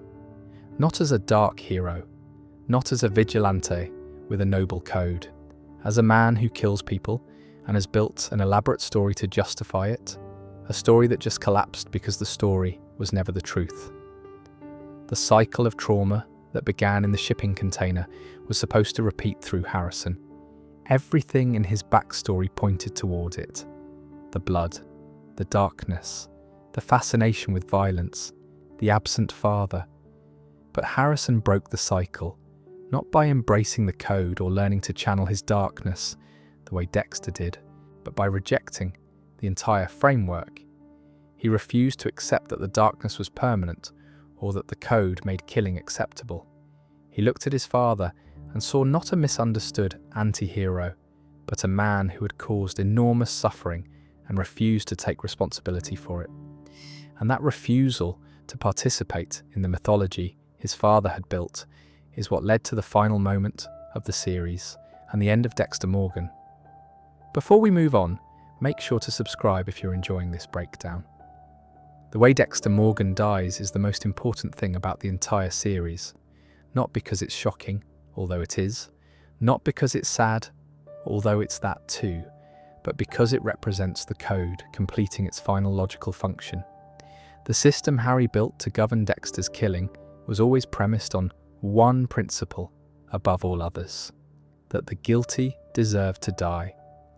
And in the final moments of New Blood, Dexter becomes the guilty one. Not in the abstract philosophical sense that he was always guilty, but in the immediate, undeniable sense of having just killed an innocent man and being unable to argue otherwise. Let me walk through what happens, because the details matter. Dexter is in his jail cell in the Iron Lake police station. Angela Bishop has confronted him with the evidence linking him to Matt Caldwell's murder and to the Bay Harbor butcher case. Angel Batista from Miami Metro is on his way with additional evidence. Extradition to Florida, where the death penalty is on the table, is imminent. Dexter is cornered in a way he has never been cornered before. Every previous escape route, the portal gun of switching identities, the boat, the fake death during the hurricane, none of them are available. He's locked in a cell in a small town where everyone knows his face. The ghost of Deborah appears. In New Blood, Deborah has replaced Harry as Dexter's internal voice. And unlike Harry, who functioned as a calm, measured projection of the code, Deborah is angry. She's hostile. She's disgusted. She taunts Dexter with every mistake that led him to this cell. She tells him that Angela will never let this go. She represents not the code's guidance, but its judgment. The accumulated reckoning of everyone Dexter has damaged, finally given a voice inside his own mind. Dexter calls out to Logan, saying he needs water. When Logan approaches the cell, Dexter reaches through the bars and grabs him. He slams Logan's face into the metal bars, spins him around, and locks him in a chokehold from behind. Dexter tells Logan, genuinely, that he doesn't want to hurt him. He says all he needs are the keys to the cell. This is Dexter, still trying to operate within some version of the code, still trying to tell himself that he's not really a danger to innocent people, that he can get out of this without killing anyone who doesn't deserve it. But Logan doesn't cooperate. Instead of reaching for his keys, he reaches for his gun. He fires backward through the bars, the shot missing Dexter, and in the instant of the gunshot, Dexter reacts with pure survival instinct. He jerks Logan's head to the side with a single, violent motion. Logan's neck snaps. He drops to the floor, dead. The silence that follows is the most important silence in the series. Dexter has just killed a man who was, by every meaningful standard, a good person. Logan was a fair cop. He was kind to Harrison. He was doing his job. He didn't deserve to die by any code, in any universe, under any interpretation of the rules Harry Morgan laid down decades ago. This isn't a grey area. This isn't a complicated ethical dilemma. This is murder. Plain, self-soothing, survival-motivated murder. The same kind of killing that the people on Dexter's table committed. The kind of killing the code was designed to punish. Dexter calls Harrison from Logan's phone.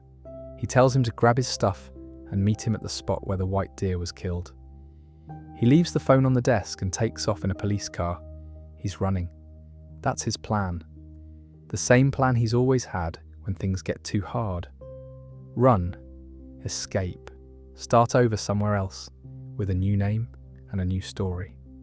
Leave the damage behind and let someone else clean it up. When Harrison arrives, he sees the blood on Dexter's clothes. He asks whose blood it is. And when he realizes it's Logan's, when he understands that his father killed a man who was innocent, who was his friend, who coached his wrestling team, something shifts in Harrison permanently. He asks Dexter one question that collapses the entire mythology. Would his mum and Deb still be alive if it weren't for Dexter? This question is devastating because the answer is obviously yes, and everyone in the scene knows it. Rita would be alive if not for Dexter. Deborah would be alive if not for Dexter. Harry would still be alive if not for Dexter. Lagerta, Dokes, Lundy, an entire trail of dead people who would have lived normal lives if they had never crossed paths with the man standing in the snow with blood on his jacket. Harrison isn't asking because he doesn't know the answer. He's asking because he needs Dexter to say it out loud. He needs his father to finally, after decades of self-deception and the dark passenger mythology, and the code's rationalizations admit what he is without any protective narrative.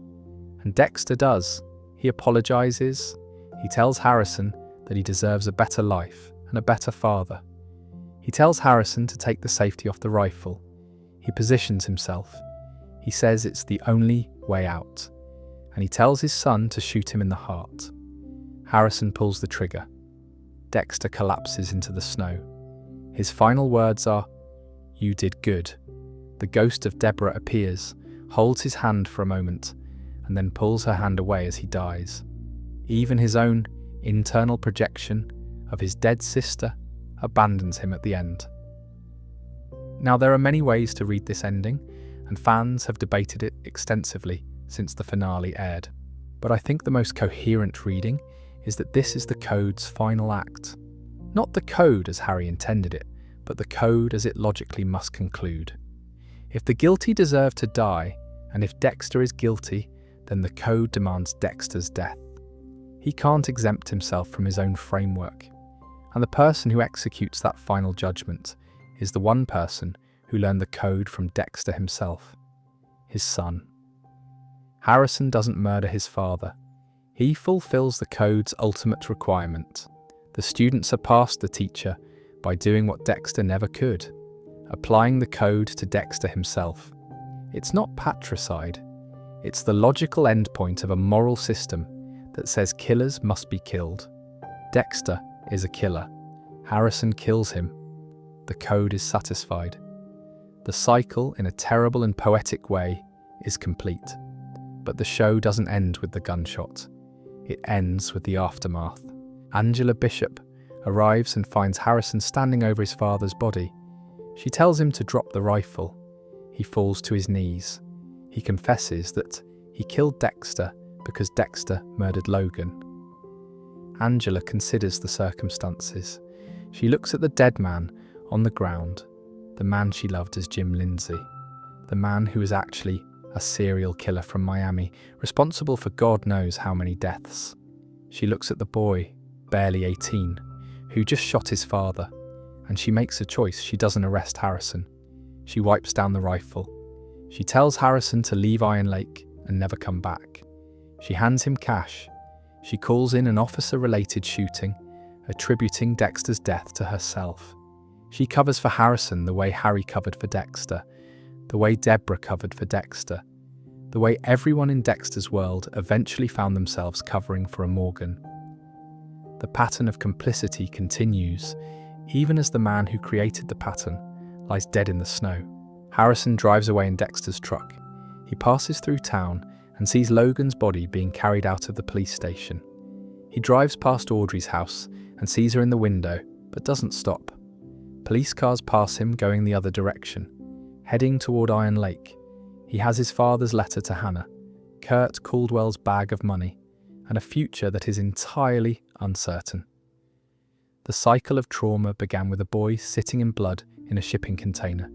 It ended with a boy sitting in a truck, driving away from the father he killed, carrying inherited darkness toward a destination unknown.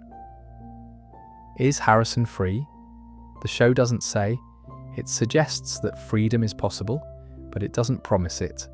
What it does say, through the act of Harrison pulling that trigger, is that the cycle can be broken.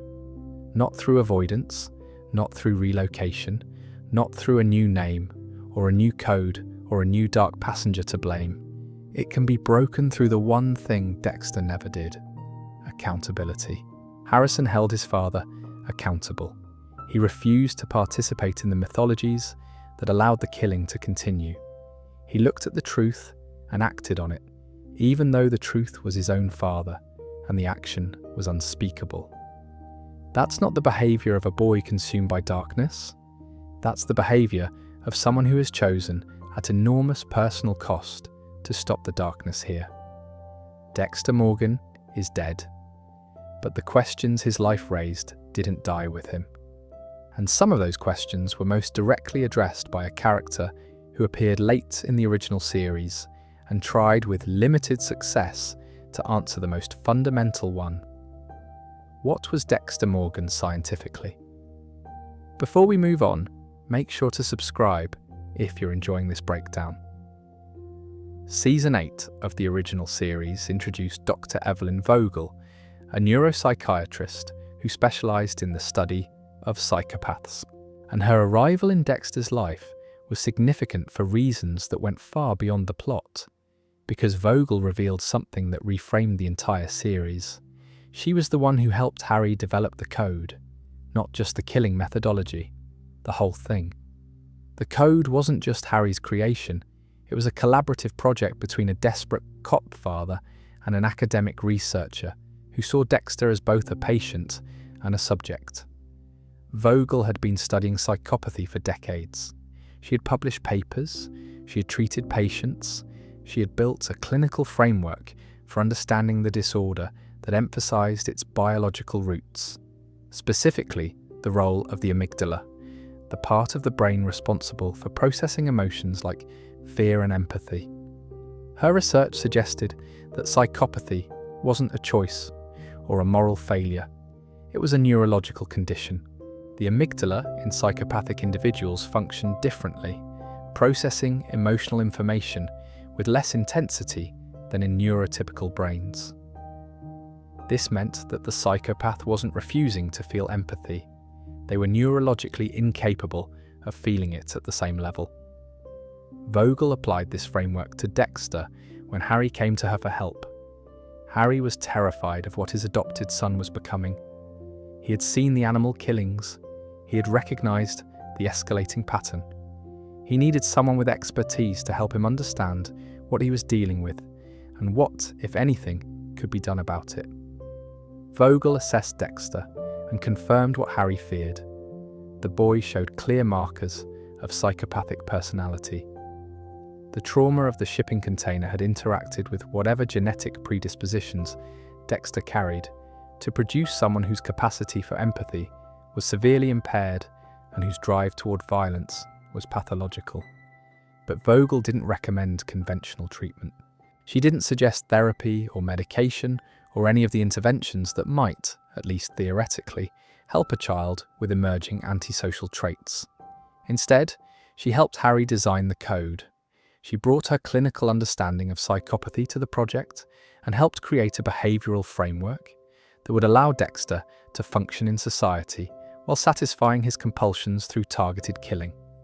In other words, Vogel applied her scientific expertise not to curing Dexter, but to managing him. She was the architect behind the architecture. This reveal reframes the entire series in an uncomfortable way because it means the code wasn't just a father's desperate improvisation. It was a clinically informed decision by a professional who should have known better. Vogel had the training and the knowledge to pursue other options. She could have advocated for intensive therapeutic intervention. She could have argued for institutional care. She could have, at minimum, told Harry that channeling a child's violent impulses into serial murder was a terrible idea from every ethical and clinical standpoint imaginable. But she didn't. She collaborated with the project because Dexter fascinated her. He was a living laboratory for her research. He was psychopathy incarnate, and the opportunity to observe him in operation was too valuable to her academic career to sacrifice for something as inconvenient as conventional ethics. Season 8's portrayal of Vogel's relationship with Dexter carries a theme that the peer-reviewed analysis from the American Journal of Criminal Justice identified as biological fatalism. This is the idea that Dexter's psychopathy is biologically determined and therefore inevitable. Vogel reinforces this message throughout the season with what the researchers described as a not if, but when mentality regarding Dexter's violent behavior. She treats his psychopathy as a fixed condition, a permanent feature of his neurology that cannot be altered or overcome. In Vogel's framework, Dexter will always be a psychopath. He will always need to kill. The best anyone can do is manage the damage. The problem with this framework is that the show's own evidence contradicts it. If Dexter were a textbook psychopath with no capacity for empathy, he would not have sacrificed himself to save Deborah in the season 3 timeline split. He would not have formed a genuine bond with his son. He would not have wept at Rita's funeral. He would not have risked everything to protect his family at multiple points across the series. The clinical literature on psychopathy describes individuals who are constitutionally unable to form deep emotional attachments. Dexter forms them. He just doesn't know how to recognize them as real, because every authority figure in his life, Harry and Vogel included, told him he was incapable of them. This is the cruelest element of Vogel's influence. By reinforcing the biological fatalism narrative, by telling Dexter that his psychopathy was his unchangeable nature, she contributed to the same self-fulfilling prophecy that Harry's code created.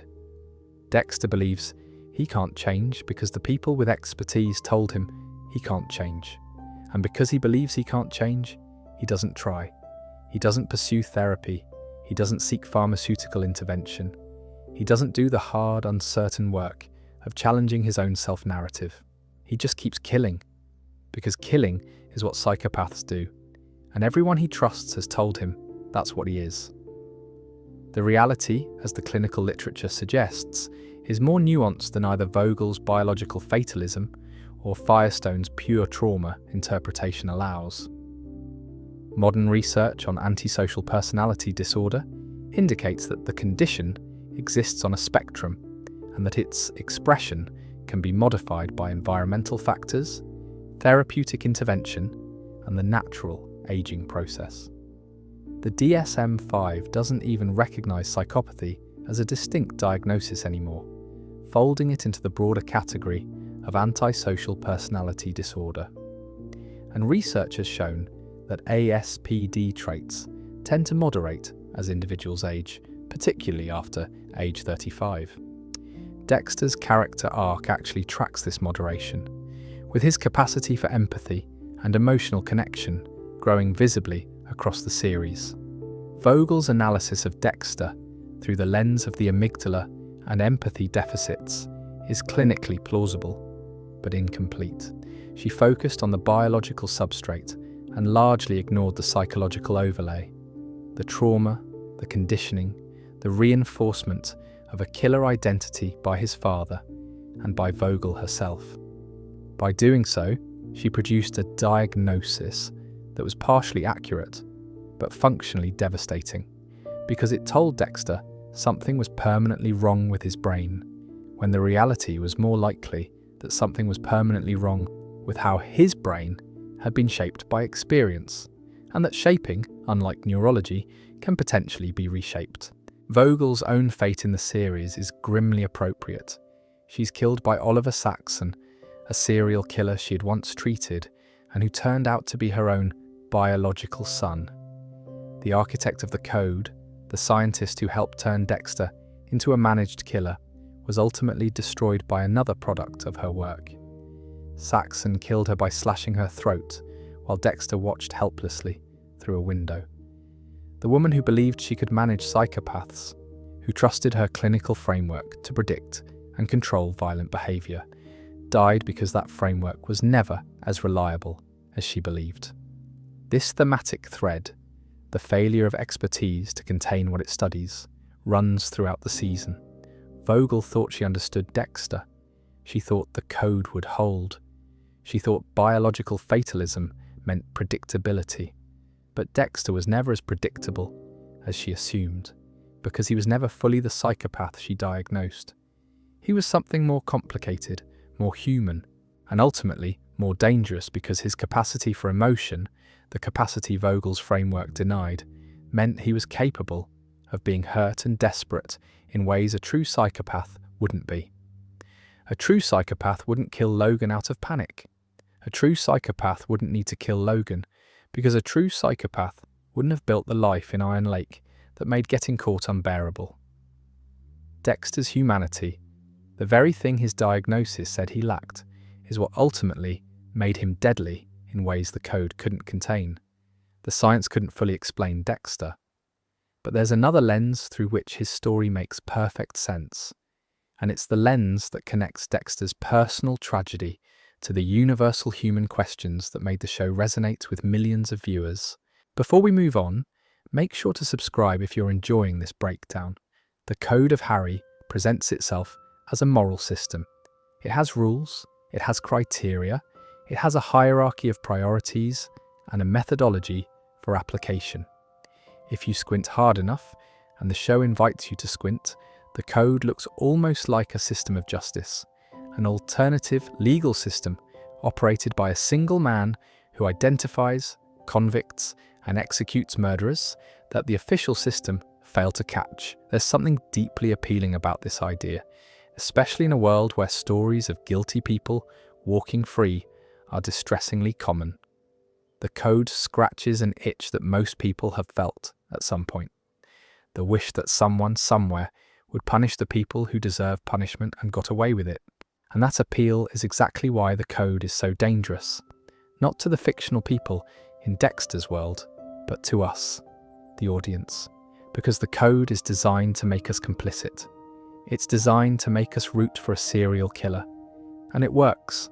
It works so well that for 8 seasons of television, millions of viewers cheered as Dexter Morgan murdered people, felt satisfaction when the guilty were punished, felt anxiety when Dexter was in danger of getting caught, and felt relief when he escaped. We didn't just watch Dexter kill, we wanted him to kill. We needed him to, because by the time we understood the show's world, we had adopted the code's logic as our own. Think about the structure of a typical Dexter episode. The show introduces a criminal early in the episode, someone horrible, a child abuser, a rapist, a murderer who got off on a technicality. The show establishes this person's guilt beyond any reasonable doubt, often by showing us their crimes in graphic detail. We see the victims, we feel the injustice, we want something done about it, and then Dexter does it.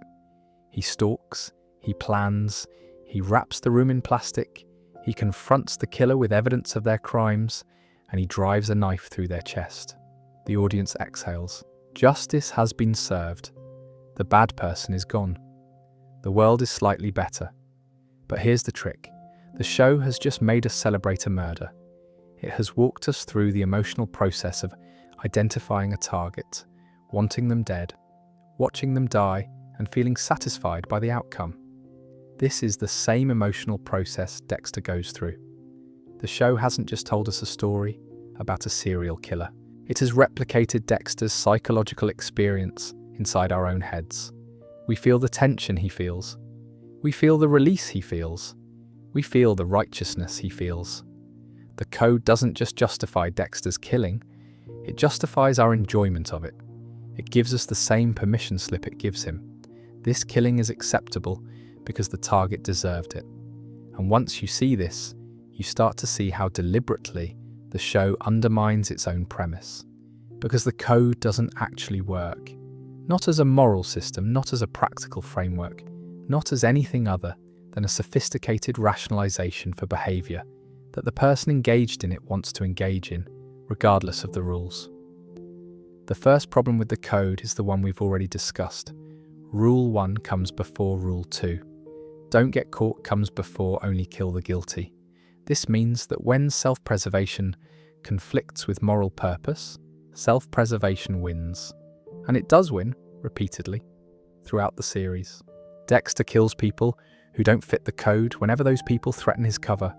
He kills Dokes' captor. He sets up situations that lead to the deaths of people who are investigating him. He covers up evidence. He frames innocent people. And in New Blood, he kills Logan, a man who is by every measure a decent human being, because Logan was between Dexter and escape. The code is supposed to prevent this. The code explicitly says, only kill the guilty. But the code always had an escape clause built into its foundation. Survival trumps morality. Which means the code was never really a moral system at all. It was a survival system with a moral veneer. The second problem is epistemological. How does Dexter know his targets are actually guilty? He does research, yes. He stalks them. He accesses police databases through his position at Miami Metro. He examines evidence, but he's not infallible. He's not a court of law with due process and appeals and the presumption of innocence. He's one man making a unilateral determination about guilt and then executing the sentence himself. The show generally portrays his targets as undeniably guilty because that's necessary for the audience complicity trick to work. But in several crucial instances, the system fails. Oscar Prado is one of the clearest examples. In Season 3, Dexter is investigating the Prado family, and he ends up killing Oscar Prado in what amounts to self-defense during a confrontation that Dexter initiated. Oscar was not the code-worthy target. His brother Miguel was, arguably, but Oscar died because Dexter was in the wrong place at the wrong time doing things the code told him to do, and an innocent person ended up dead as a result. The code didn't account for this. It can't account for it because the code is a rigid set of rules being applied in a chaotic, unpredictable world, and rigid rules always break when reality gets complicated. Stan Liddy is another example. Liddy was a former cop turned private investigator who was hired by Quinn to follow Dexter. When Liddy got too close to the truth, Dexter killed him in a confrontation on Liddy's surveillance van. Was Liddy guilty of anything that warranted death under the code? He was a sleazy PI who was breaking and entering. He was corrupt, but he wasn't a murderer. He wasn't a predator who had killed and escaped justice. He was a nuisance who threatened Dexter's cover, and Dexter killed him because Rule 1, don't get caught, took precedence over Rule 2, only kill the guilty. The third problem with the code is philosophical, and it's the most fundamental one. The code presents killing as justice. It positions Dexter as an instrument of righteous punishment, a one-man death penalty for those who deserve it. But justice in any meaningful sense requires legitimacy. It requires authority. It requires accountability. A court of law derives its authority from the social contract, from the consent of the governed, from the democratic process that establishes laws and empowers institutions to enforce them. Dexter derives his authority from nothing. He appointed himself judge, jury, and executioner, and his only qualification for this role is that he wants to kill people, and Harry gave him a framework for choosing which people to kill. Strip away the ritual and the targeting criteria, and the code is just this, a mechanism that allows a man with a compulsion to kill to feel good about indulging that compulsion. The code doesn't create the impulse to kill. Dexter would kill with or without the code. Brian Moser killed without a code and did just fine from a purely operational standpoint. The code exists to manage the guilt, not to prevent the killing. It exists so that Dexter can look at himself in the mirror and see a vigilante instead of a murderer, a dark avenger instead of a damaged man who enjoys violence.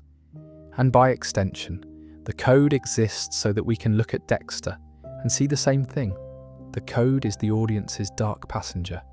It's the story we tell ourselves about why it's okay to enjoy watching a man kill people. He only kills the guilty. He has a code. He's making the world better. These are the same rationalizations Dexter uses, and we adopt them for the same reason he does.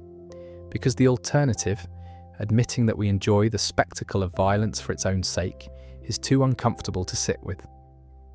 The show is aware of this, deeply, subversively aware of it, and it spends 8 seasons slowly stripping away the justifications, one by one, forcing the audience to confront what we've been doing this whole time. By the end of the original series, the code has failed catastrophically. Dexter has killed innocent people. His sister is dead. His father committed suicide. His wife was murdered. The body count of collateral damage dwarfs any utilitarian benefit his vigilante killing might have provided.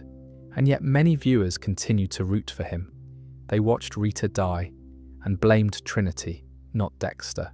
They watched Deborah spiral into destruction and blamed the circumstances, not the brother who created them. They watched the code fail again and again and still wanted Dexter to escape, to survive, to get away with it. New Blood confronted this audience complicity directly.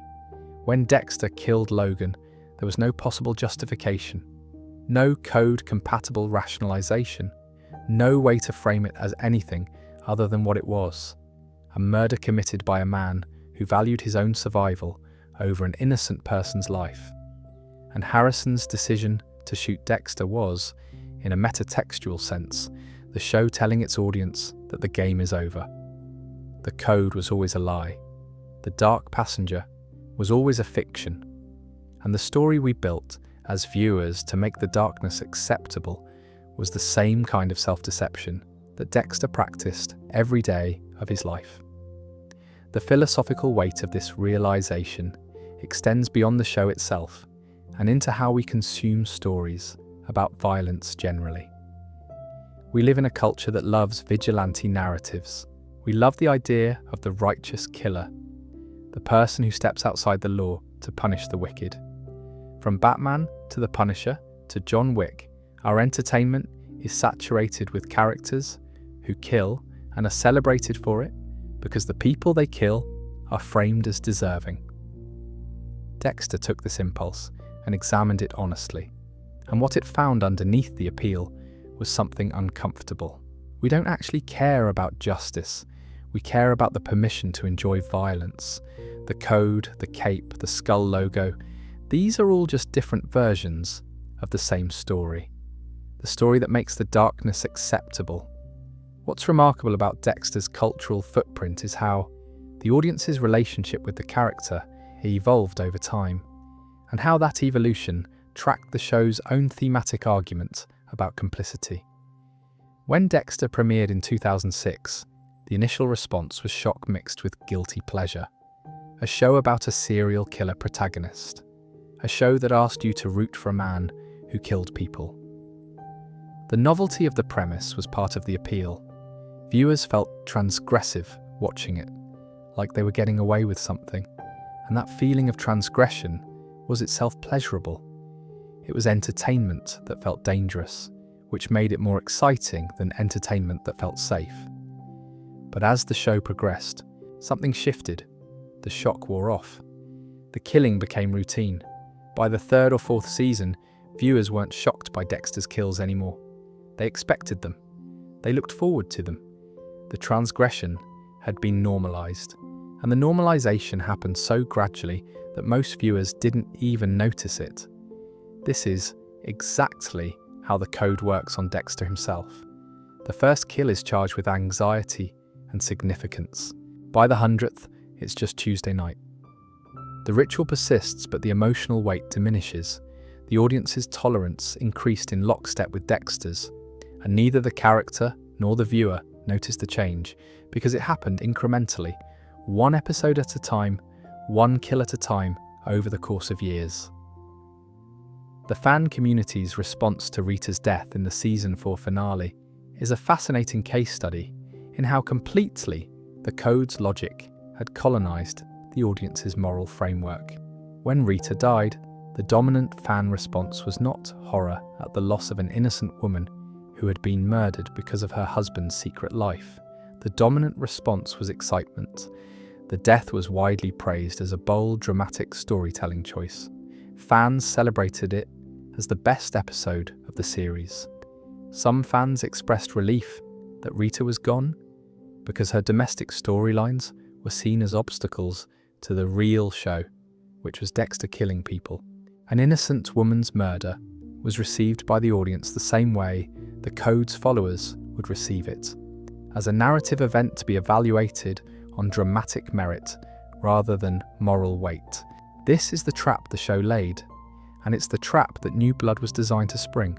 By the time Harrison points the rifle at Dexter in the Iron Lake Woods, the show has spent over a decade conditioning its audience to identify with, defend, and root for a serial killer. And in that final moment, it asks us to reverse all of that conditioning and see what we've been doing. Harrison sees his father clearly. The question is whether we see ourselves as clearly. Whether we recognize that our enjoyment of Dexter's violence was enabled by exactly the same psychological mechanisms that enabled Dexter's violence, a story that made the darkness acceptable. Dexter Morgan was a serial killer who believed he was a vigilante because his father told him he was. The audience believed it too, because the show told us the same story the same way. And the show's great subversive achievement was spending 8 seasons and a revival demonstrating that the story was never true, and that our willingness to believe it says as much about us as it does about Dexter. Speaking of how the show mirrors its audience, there's a deeply unsettling pattern in the way Dexter's greatest adversaries function not just as threats but as reflections of who Dexter was, showing him versions of himself that he could never afford to recognize. The Trinity killer is the most important of these mirrors. Arthur Mitchell, played with terrifying domesticity by John Lithgow in season 4, was everything Dexter wanted to be and everything Dexter was afraid of becoming, simultaneously. Arthur had maintained a double life for over 30 years. He had a wife, children, a respected position in his community through his Four Walls, One Heart charity. He built houses for the poor. He attended church. He was, from the outside, the model of a successful family man. He was also a serial killer who had been conducting an elaborate, ritualistic cycle of murder for decades, killing in patterns that recreated the traumatic events of his own childhood. Dexter initially approached Arthur as a teacher. He wanted to study how Arthur had managed the impossible balancing act, family life and serial murder coexisting for decades without detection. Dexter was struggling with this balance himself. He had a wife, stepchildren, a newborn son. He was trying to be present for family obligations while sneaking off to kill people in his spare time. Arthur seemed to have cracked the code that the code alone couldn't solve. How do you sustain the performance indefinitely? The answer Dexter learned was that you don't. Arthur hadn't cracked anything. His family life was built on terror, not love. His wife Sally was afraid of him. His son Jonah was being physically and psychologically abused. His daughter Rebecca was controlled and manipulated. The domestic surface was immaculate, but underneath it, Arthur's household ran on fear, violence, and the systematic destruction of the people closest to him. The very family that made Arthur look normal was being consumed by what Arthur actually was. This should have been a warning to Dexter. It should have shown to him that the dual existence he was attempting was unsustainable, that maintaining a family while feeding a killing compulsion would inevitably destroy the family. Arthur was Dexter's future if Dexter kept going. The evidence was right in front of him. But Dexter couldn't see it, or wouldn't see it, because seeing it would have required him to accept that the life he was building with Rita and the kids was doomed by design. The season 4 finale proved the point. Arthur killed Rita. The family Dexter was trying to protect was destroyed by the very lifestyle he refused to give up. And the worst part is that Arthur didn't kill Rita because he was evil, though he was.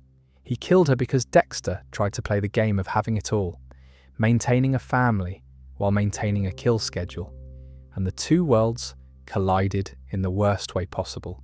Trinity was the warning Dexter ignored, and Rita paid the price. Brian Moser, the ice truck killer from season 1, represented a different kind of mirror.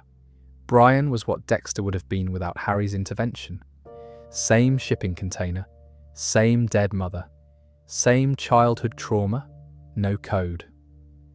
Brian grew up in the foster system without guidance or structure or a moral framework of any kind, and he became a killer who killed for the pure expression of it, without rules, without targets, without any pretense of justice. Brian drained prostitutes of their blood and displayed their body parts as art. There was no utilitarian argument for Brian's killing. It was pure, unmanaged darkness. When Dexter discovered that Brian was his biological brother, he was forced to confront what he might have become if Harry hadn't adopted him. Brian represented the dark path that the code allegedly prevented, and Brian offered Dexter something no one else in his life could: complete acceptance. Brian knew what Dexter was and didn't just accept it, but celebrated it. He wanted them to kill together, brothers reunited in blood, free from the code's constraints. Dexter rejected Brian and killed him, choosing Deborah over his biological brother. This is often interpreted as proof that the code works, that Harry's framework successfully channeled Dexter's violence away from the innocent. But there's another reading. Dexter didn't reject Brian because the code told him to. He rejected Brian because he loved Deborah. The choice wasn't made by the code. It was made by the genuine emotional attachment that the code's logic said Dexter shouldn't be capable of. If anything, the Brian Moser arc proves that the code was unnecessary as a moral restraint, because Dexter's own humanity, the humanity everyone kept telling him he didn't have, was enough to stop him from killing the innocent person he loved most. Kurt Caldwell in New Blood provided yet another mirror, this time for the specific question of parenting and violence. Kurt was a serial killer who targeted vulnerable young women, often runaways and hitchhikers, lured them in with kindness and shelter, and then hunted and killed them. He preserved their bodies in an underground bunker, posing them in lifelike positions as a collection. His pathology was driven by his relationship with his own son Matt, and his need to exert total control over the female figures in his life.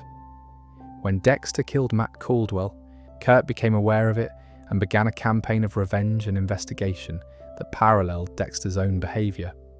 Kurt stalked Dexter the way Dexter stalked his targets. He researched him. He tested him. He tried to draw him out. And throughout this process, Kurt maintained his own double life with the same practiced ease that Dexter employed. He was the friendly local businessman, the guy who ran the truck stop, the pillar of the Iron Lake community. Nobody suspected him, just as nobody in Miami suspected Dexter. The parallel between Kurt's fatherhood and Dexter's fatherhood is particularly cutting. Both men had sons who were damaged by their father's violence. Matt Caldwell was a reckless, entitled, destructive person, shaped by a father who killed in secret and controlled through manipulation. Harrison Morgan was an abandoned, troubled young man, shaped by a father who killed in secret and controlled through mythology. Neither Kurt nor Dexter managed to separate their children from the consequences of their double lives. Both men tried, both failed, and both sons were ultimately defined by how they responded to the truth about their fathers. Matt responded by becoming a lesser version of Kurt's worst qualities: impulsive, destructive, careless. He killed without purpose and without cover, shooting a white buck in broad daylight for no reason, crashing boats, leaving wreckage everywhere he went. He was the uncontrolled version of his father's controlled violence. Harrison responded differently. He absorbed the darkness, but retained enough of his own moral compass to ultimately reject it. He became the person who could look at the code, understand its logic, and still say no. Where Matt was consumed by his father's darkness, Harrison was shaped by it, but ultimately free of it. This is the show's answer to the nature versus nurture question it has been asking since the shipping container. Darkness is inherited, but the choice of what to do with it isn't. Before we move on, make sure to subscribe if you're enjoying this breakdown. There is a stretch in Dexter's story, spanning the second season, that represents the closest the show ever came to fully exposing its protagonist and forcing him to reckon with the scope of what he had done. The Bay Harbor Butcher investigation is, structurally, the show asking a terrifying question. What happens when the system Dexter hides behind starts working against him? And the answer it provides is a masterclass in how deeply the code has corrupted not just Dexter, but every institution and relationship around him. It starts with the ocean giving up its dead. A storm or tidal shift causes bags of body parts to surface in the waters near Miami. Divers recover dozens of remains, all showing signs of methodical dismemberment, all weighted down to stay on the ocean floor, all disposed of with the same forensic care. The media names the unknown killer the Bay Harbor Butcher because the dump site is near Bay Harbor. The FBI sends Special Agent Frank Lundy to lead the investigation. Miami Metro Homicide is pulled into the case. And Dexter Morgan, blood spatter analyst for Miami Metro, and the person responsible for every single one of those body parts, has to go to work every morning and help investigate his own crimes. The dramatic tension of this setup is extraordinary. But what makes the Bay Harbor Butcher arc genuinely great storytelling is not the cat and mouse thriller elements. It's the moral erosion. Watching Dexter navigate this situation requires him to do things that are qualitatively different from anything he's done before. This isn't just maintaining his cover through casual lies and social performance. This is actively obstructing a murder investigation. He contaminates evidence. He redirects leads. He manipulates his colleagues, people who trust him professionally and personally, into pursuing false trails. He uses his position inside the investigation to stay one step ahead of the investigators, turning the very institution that employs him into a tool for his own protection. And the person who pays the highest price for this manipulation is James Dokes. We've already discussed Dokes' fate, but it's worth revisiting in the context of what the Bay Harbor Butcher investigation reveals about the code's relationship to institutional trust. Dokes was suspicious of Dexter from day one. He was combative, aggressive, impossible to charm, but he was also right. He was the system working correctly. A trained investigator detected something abnormal in a colleague and pursued it. This is exactly what law enforcement is supposed to do. Dokes was the antibody. Dexter was the virus. And the virus won, because the virus was embedded in the immune system itself. When Dokes discovered the truth and was subsequently killed, Dexter allowed the official narrative to be that Dokes was the Bay Harbor Butcher. The evidence was arranged. The case was closed. A dead innocent man's name was permanently associated with the crimes of the person who killed him. And everyone at Miami Metro, every single person who worked alongside both Dokes and Dexter, accepted this narrative. They accepted it because the alternative was too disturbing. The alternative was that the quiet, friendly blood spatter analyst who brought donuts and made bad jokes and attended their barbecues was a serial killer responsible for more murders than anyone they had ever investigated. The human mind resists conclusions that require it to completely rethink its assessment of someone it trusted. So Miami Metro chose the easier story. They chose the Dokes narrative, and Dexter continued to work among them for 6 more years. This dynamic, the willingness of institutions and individuals to accept comfortable lies over disturbing truths, is one of the show's most incisive commentaries. It's not just about Dexter.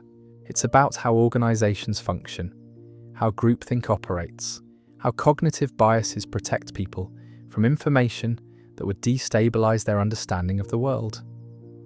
Everyone at Miami Metro had data points that, if assembled correctly, would have pointed to Dexter. His odd hours, his absences that coincided with active cases, his suspiciously deep knowledge of certain killers' methodologies, his emotional flatness that occasionally cracked to reveal something unsettling underneath. But nobody assembled these data points because nobody wanted to. The conclusion was too terrible. So the evidence was ignored, reinterpreted, or attributed to Dexter's general eccentricity. He was the weird forensics guy. That was the comfortable explanation. The uncomfortable explanation was that he was the Bay Harbor Butcher. Comfort won. LaGuerta was the exception. In seasons 7 and 8, Maria LaGuerta began assembling exactly the case that everyone else refused to contemplate. She found inconsistencies in the Dokes narrative. She found evidence connecting Dexter to the kills. She pursued the investigation with the same tenacity that Dokes had shown. And for the same reason, she was a good cop who cared about the truth more than she cared about comfort. And like Dokes, she was destroyed for it. Deborah killed Lagerta in the shipping container at the docks, at Dexter's instigation, to prevent the truth from coming out. Two good cops, both right about Dexter, both dead because they were right. The system didn't fail because it lacked capable investigators. It failed because the truth about Dexter was so destabilizing that the people and institutions surrounding him would rather kill than confront it. The Code's greatest accomplishment wasn't guiding Dexter's killing. It was making Dexter invisible. It was producing a person so outwardly normal, so deeply embedded in the fabric of everyday life, that the truth about him was literally unbelievable, even when the evidence was staring people in the face. Before we move on, make sure to subscribe if you're enjoying this breakdown. If the antagonists in Dexter's story served as dark mirrors reflecting who he was, then his romantic relationships served a different but equally important function. They showed him who he might become, and each one tested a different aspect of his psychology, pushing him toward or pulling him away from the humanity he kept insisting he didn't have. Lila West, the combustible British artist Dexter meets at Narcotics Anonymous in Season 2, represents pure, unrestrained Ide. Lila is, in many ways, the only person who sees Dexter accurately during the first half of the series.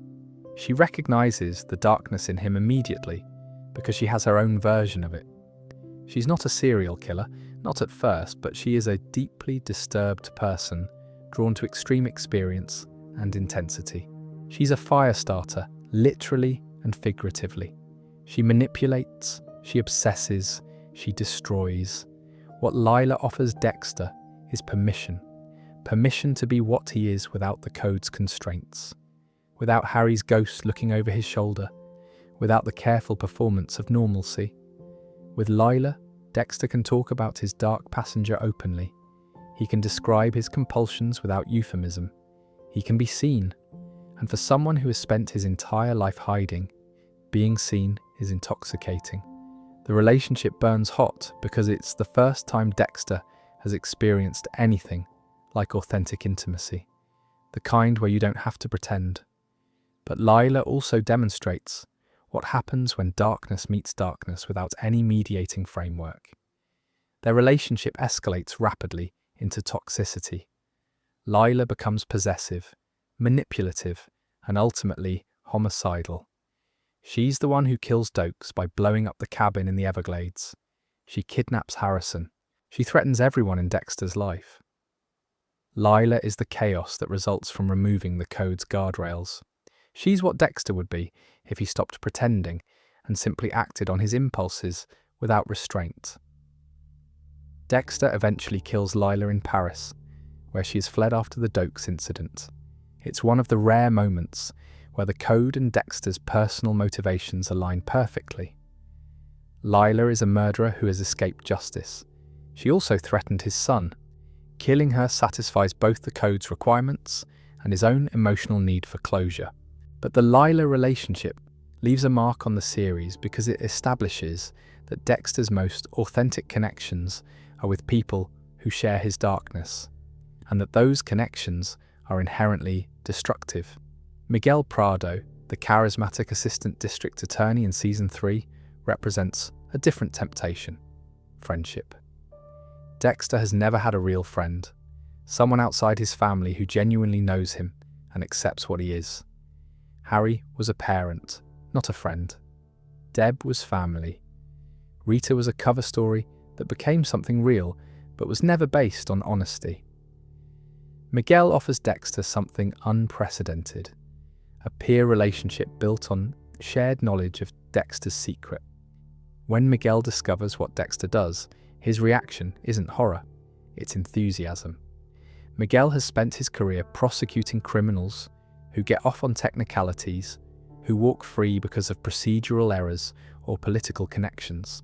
He's frustrated with the limitations of the legal system in ways that make the Code's logic intuitively appealing to him. He wants in. He wants to participate. He wants Dexter to teach him. Dexter is flattered. He's never had anyone want to join him. The idea of having a partner, a fellow traveller who understands and approves, is seductive. But the partnership falls apart for the same reason the code itself is fundamentally flawed. Once you give someone permission to kill based on their own judgment of who deserves it, there's no mechanism to prevent them from extending that judgment to people who don't deserve it.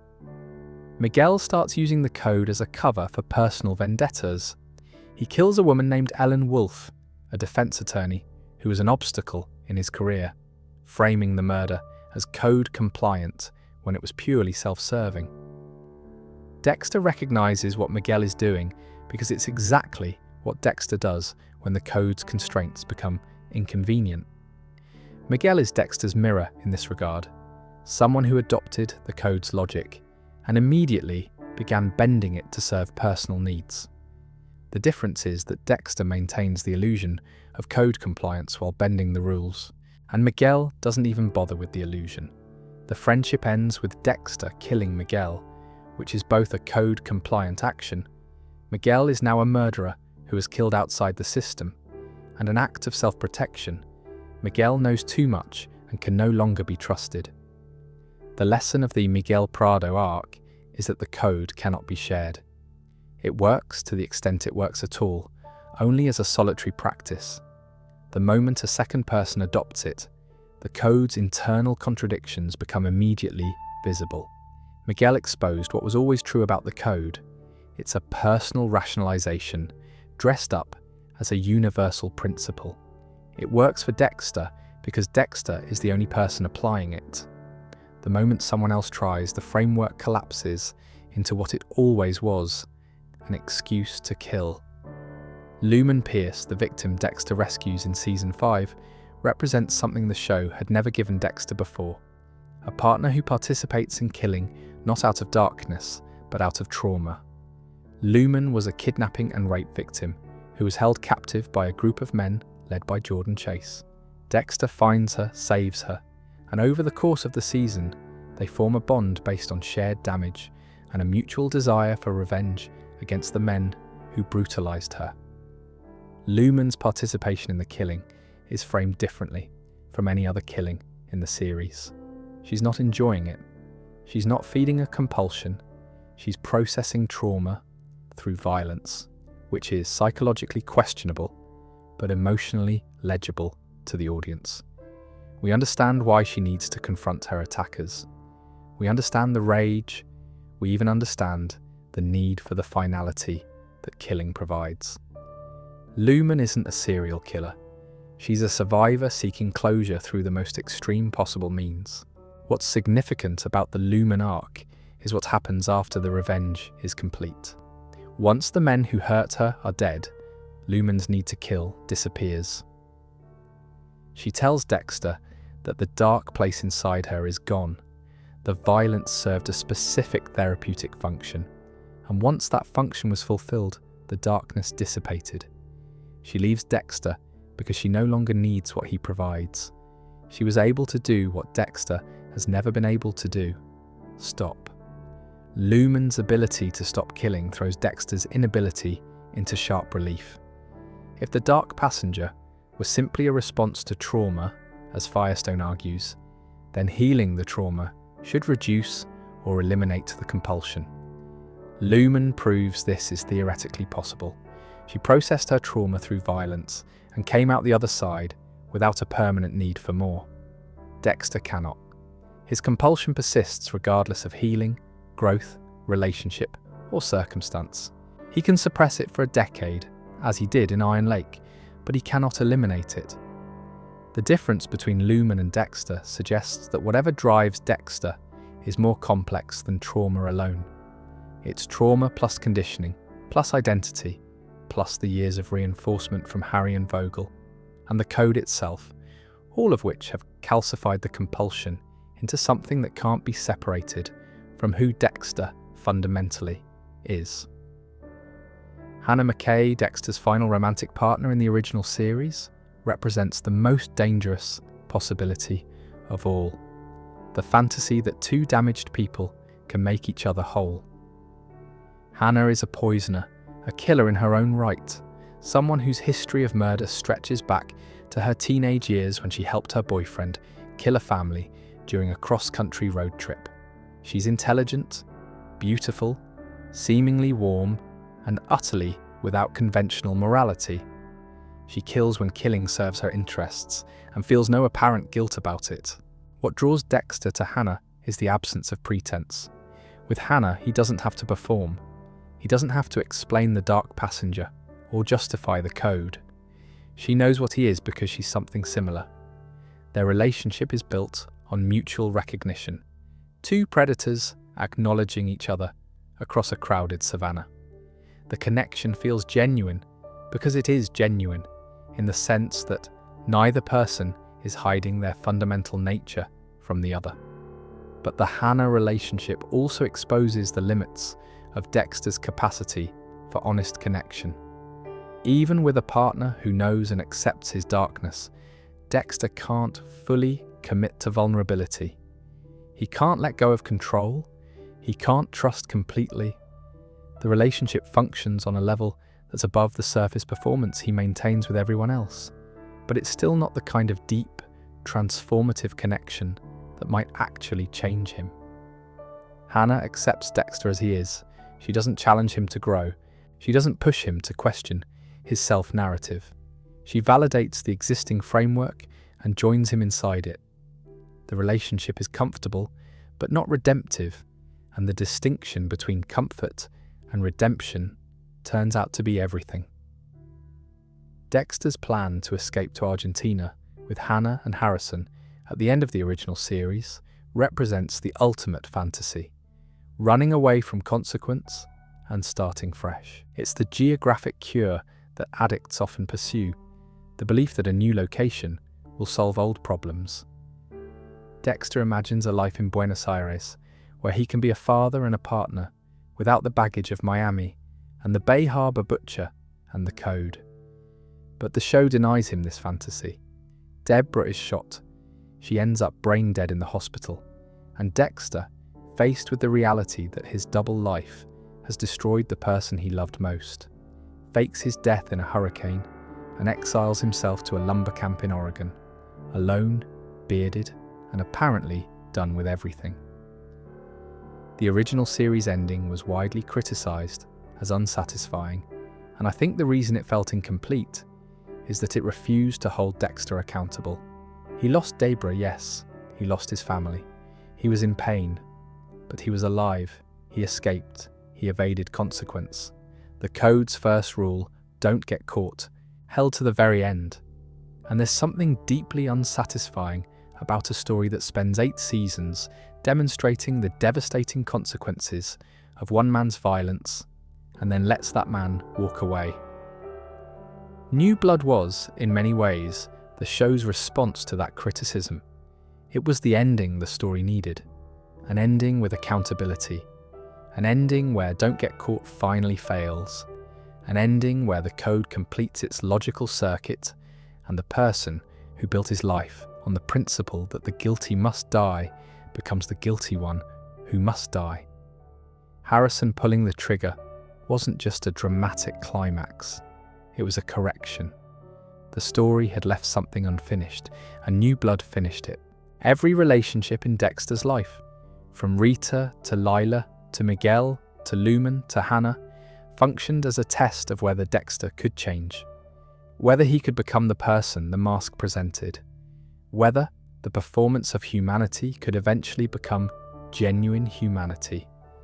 And each relationship answered the question differently, but arrived at the same conclusion. Dexter was capable of more feeling than he believed, but he was incapable of the one thing that could have saved him. He could not stop killing, and because he could not stop killing, every relationship he formed was ultimately a relationship with a time bomb. The connection might have been real, the love might have been genuine, but the killing was always there underneath, ticking, and eventually it would go off and destroy everything above it. This brings us finally to the question that sits beneath every other question the show asks, the question that keeps people lying awake, thinking about a television character years after the credits roll. The question that, if you've made it this far in this video, you've probably been turning over in your mind without quite being able to articulate it. What does Dexter Morgan teach us about ourselves? Before we move on, make sure to subscribe if you're enjoying this breakdown. At its core, Dexter is not a show about a serial killer. It's a show about stories. The stories we tell ourselves about who we are, why we do what we do, and what separates us from the people we judge.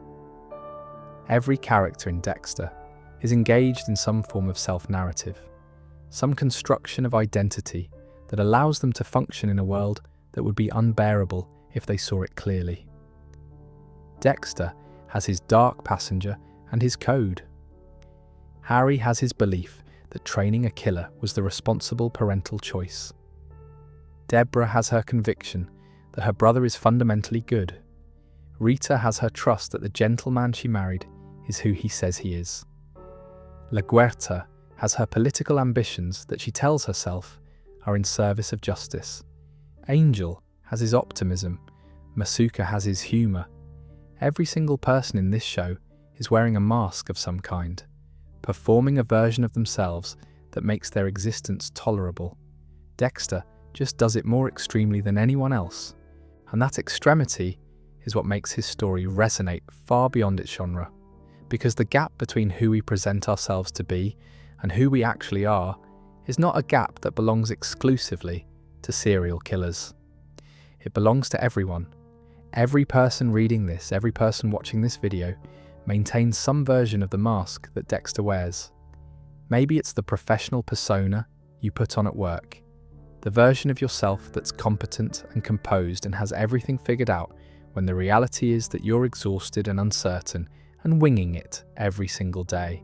Maybe it's the social media version, the curated highlight reel that presents a life of accomplishment and joy, while the actual life involves a lot of sitting on the couch, wondering if you're doing any of it right. Maybe it's the version of yourself you present to your family, or your partner, or your children, the edited version that leaves out the parts you're ashamed of. Dexter exaggerates this universal tension to a monstrous degree, and in doing so, he makes it visible. He forces us to look at the gap between public self and private self and ask uncomfortable questions about what lives in that gap. Not murders, not serial killing. We're not Dexter, but the mechanism is the same. The performance is the same. The anxiety about being discovered is the same. The fear that if people saw who you really are, underneath the smile and the competence and the carefully managed presentation, they would recoil. That's a fear that belongs to everyone, and it's the reason a show about a man who kills people in his spare time connected with millions of viewers on a deeply personal level. We didn't watch Dexter because we related to the killing. We watched because we related to the hiding. The first major lesson Dexter's story offers is about the relationship between trauma and identity. Dexter was born in blood, as the show liked to remind us. The shipping container defined him. It was the event that everything else in his life orbited around, the gravitational center of his existence. And every authority figure in his life, from Harry to Vogel, reinforced the idea that the trauma was permanent and that the person it created was fixed. You are what the container made you. You will always be what the container made you. There is no version of Dexter Morgan that exists apart from the 3-year-old boy who sat in his mother's blood and was broken by it. This is a deeply comforting narrative in a perverse way. If the trauma made me this way, then I'm not responsible. If the damage is permanent, then there's no point in trying to change. If the darkness is innate, then the darkness isn't a choice. It's a condition. It's medical. It's genetic. It's neurological. It's anything other than something I'm doing on purpose and could, theoretically, decide to stop doing. The show ultimately rejects this narrative, and it does so through Harrison. Harrison experienced the same foundational trauma. He sat in his mother's blood as an infant, the exact mirror of Dexter's origin. He grew up without a stable family. He passed through foster homes. He showed signs of darkness, violence, emotional difficulty. Everything in his backstory pointed toward repetition of the cycle. He was supposed to become Dexter. Every narrative force in the story was pushing him in that direction. And he didn't. He broke the cycle. Not by denying his darkness, not by pretending it didn't exist, but by refusing to accept the story that the darkness was all he was. When Harrison looked at his father and saw a man who had built his entire identity around the idea that the shipping container made him a permanent monster, Harrison saw the lie.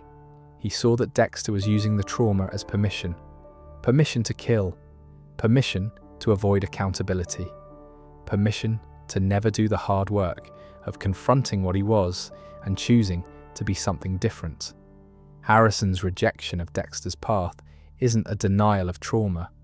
It's a rejection of trauma as destiny. The container happened. The blood happened. The damage is real. But the damage doesn't have to be the final word. The person who emerges from the worst experience imaginable still has the ability to choose what they do with what happened to them.